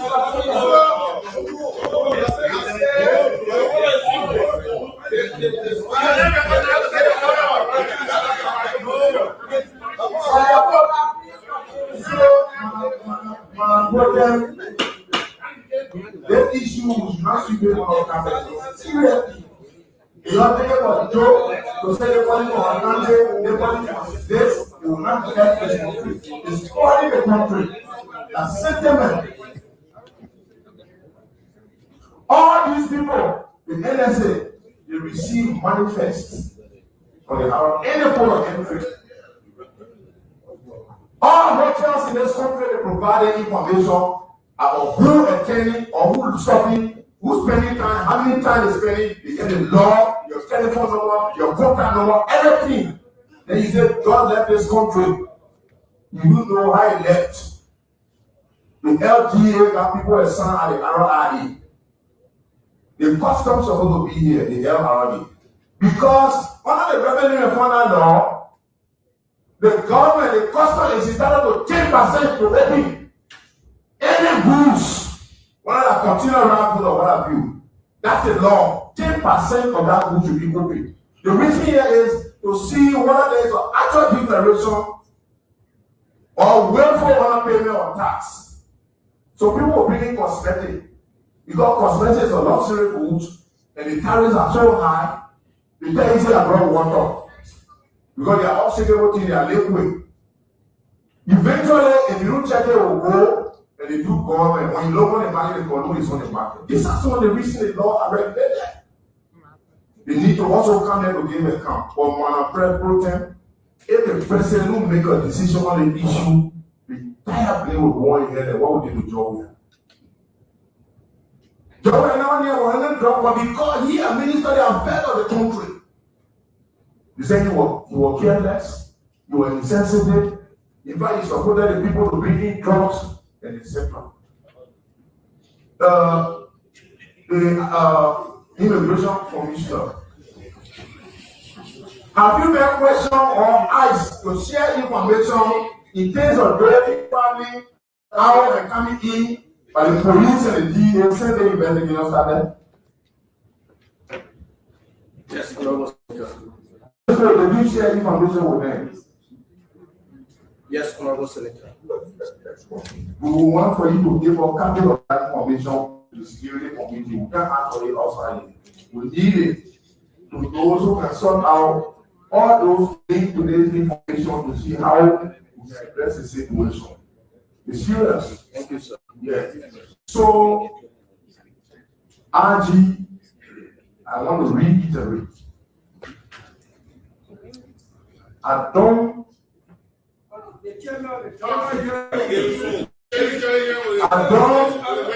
investigate on settlement. You are brother. If you are wrong, I will tell you wrong. The example, the DA director can give you that. I'm going to give you now.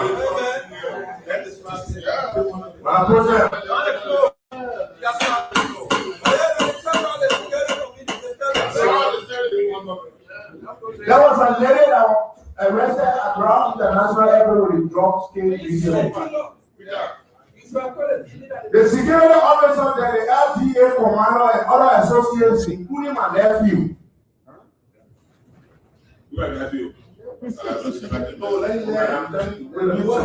Including my nephew, they went and took certain portion of the parcel. I think 4 pieces, if I'm not mistaken. Then the woman gave them, I think 1,500 or 10,000, something like that. They took the money, and they see that they password they dropped. They went, sold the commander, sold it, then they gave him $1,000. He ran to my house when the DA said, all those that were sounded to be brought to Monrovia. He ran to my house, I don't even know what. I think I will confess. I can't find you guys. Then the money where Ghana was there, you, if not, you laugh. You follow here, your commander, I don't know to jail. Ask them. Now, how citizens supposed to behave? I don't back people. So, at no point in time, I will look at you to target you. I want you to understand clearly that how as human beings, I don't back, say, I'm a family, but when it comes to this, I sleep into my house, all I know is, Liberia is safe. If we didn't let the little weapon in the night, say, Lima Bola Abe attack, the fight will go on a security.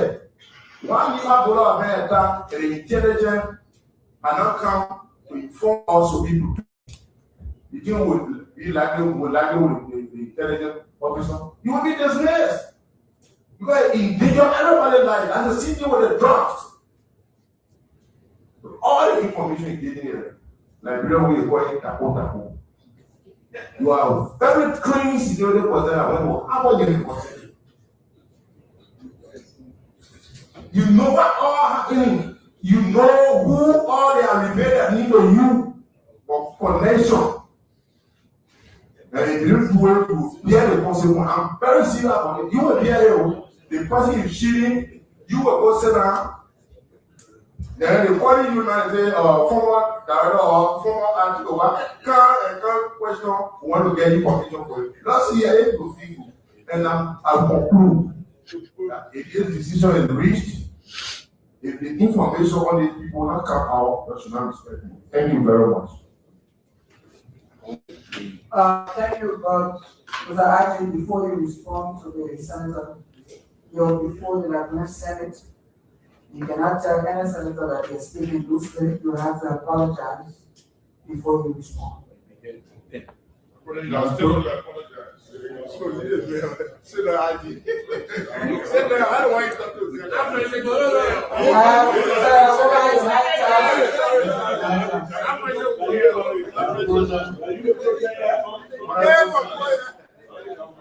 I admit I misspoke. And I extend my sincere apology to the Senator. Thank you.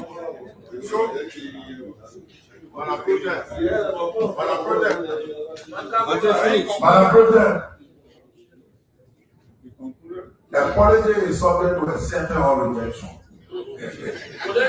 Setting in this chamber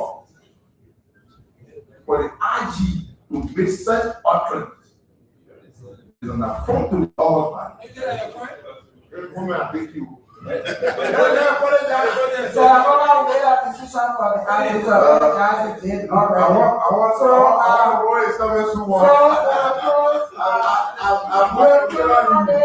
we'll close on it unless the drug security have a final statement, and I think the admin should make that final statement to reassure us to reassure us that before the end of this week, there will be some arrest. And then we get a motion, we have the MC presentation is not going to be long, I will ask all the so they actually close the chairman on defense, said on both sides to make a statement. I will ask all senators to please remain until we conclude on the presentation from LEC. So I think that the LEC will be able to Mr. Final, on the first statement will ask the chairman on defense to make a statement. Yes, sir. Thank you, Madam President. Let me appreciate you, the team, for your leadership. Yes. For all your leadership, you have elevated this matter to a national security issue. It becomes where the Senate has taken seize of it to have generated this level of hearing. I want to take my colleagues.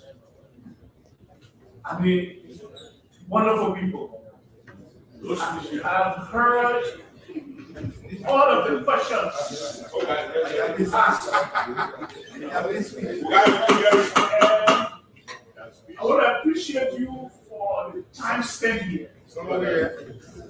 This is an indication that we, the senators, have taken this matter seriously and we want a resolution. So the witnesses who happen to be the joint security, I'm happy that this case was elevated to a joint security level rather than just the public is watching, the government is under threat, the government reputation is at stake. It behooves you to do everything possible in your capacity to ensure that we come to a logical conclusion on this matter where suspects will be arrested, processed, prosecuted, and sentenced. In the absence of that, we are afraid. Our neighborhood here is a narcotic state already. We might be going on that route if this drugs investigation does not take the way the international community looks. Our confidence in all of you here, we confirm you based on your ability. We want you to prove that to this to us as well. Was it taking my content for the opportunity before I close, my office as chairperson is open. If you have additional information for the Senate, you can pass through my office. I will let the Senate leadership go through the process. Thank you, Madam President. Thank you for all. Thank you. Before the IG close, the Senate is also concerned that we have the DA director acting for over a year. Yes. For over a year, especially when you have to be working with international partners. So we ask the committee on executive to be work with the Senate to have that conversation so we can have make sure we have a proper DA director. The Senate will take so it will be independent, or else moving forward after this hearing, the Senate will not interact with the DA from an acting director. That correction, that decision has to be made. All right, IG, please make a closing statement. Honorable Senators, as a law enforcement officer, it is expected of me to retain courageous calm in the face of danger, scorn, and ridicule. I believe that I overstepped that, and Honorable Senator Koga, I want to re-apologize to you. To this body, I understand your frustration. It's not just about wanting the information, it's about answering to the people as well. We are committed to this. We will accelerate it and we'll give you the desired outcome. By the end of this week, we will have people placed before the court, and it will not be the end of the investigation. The bigger one will be after this issue. Thank you, Sergeant. We come to start with witnesses. Okay, abortion. Can we get a motion?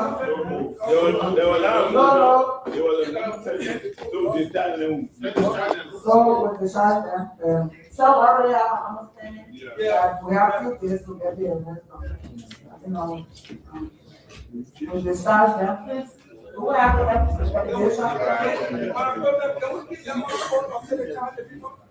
No.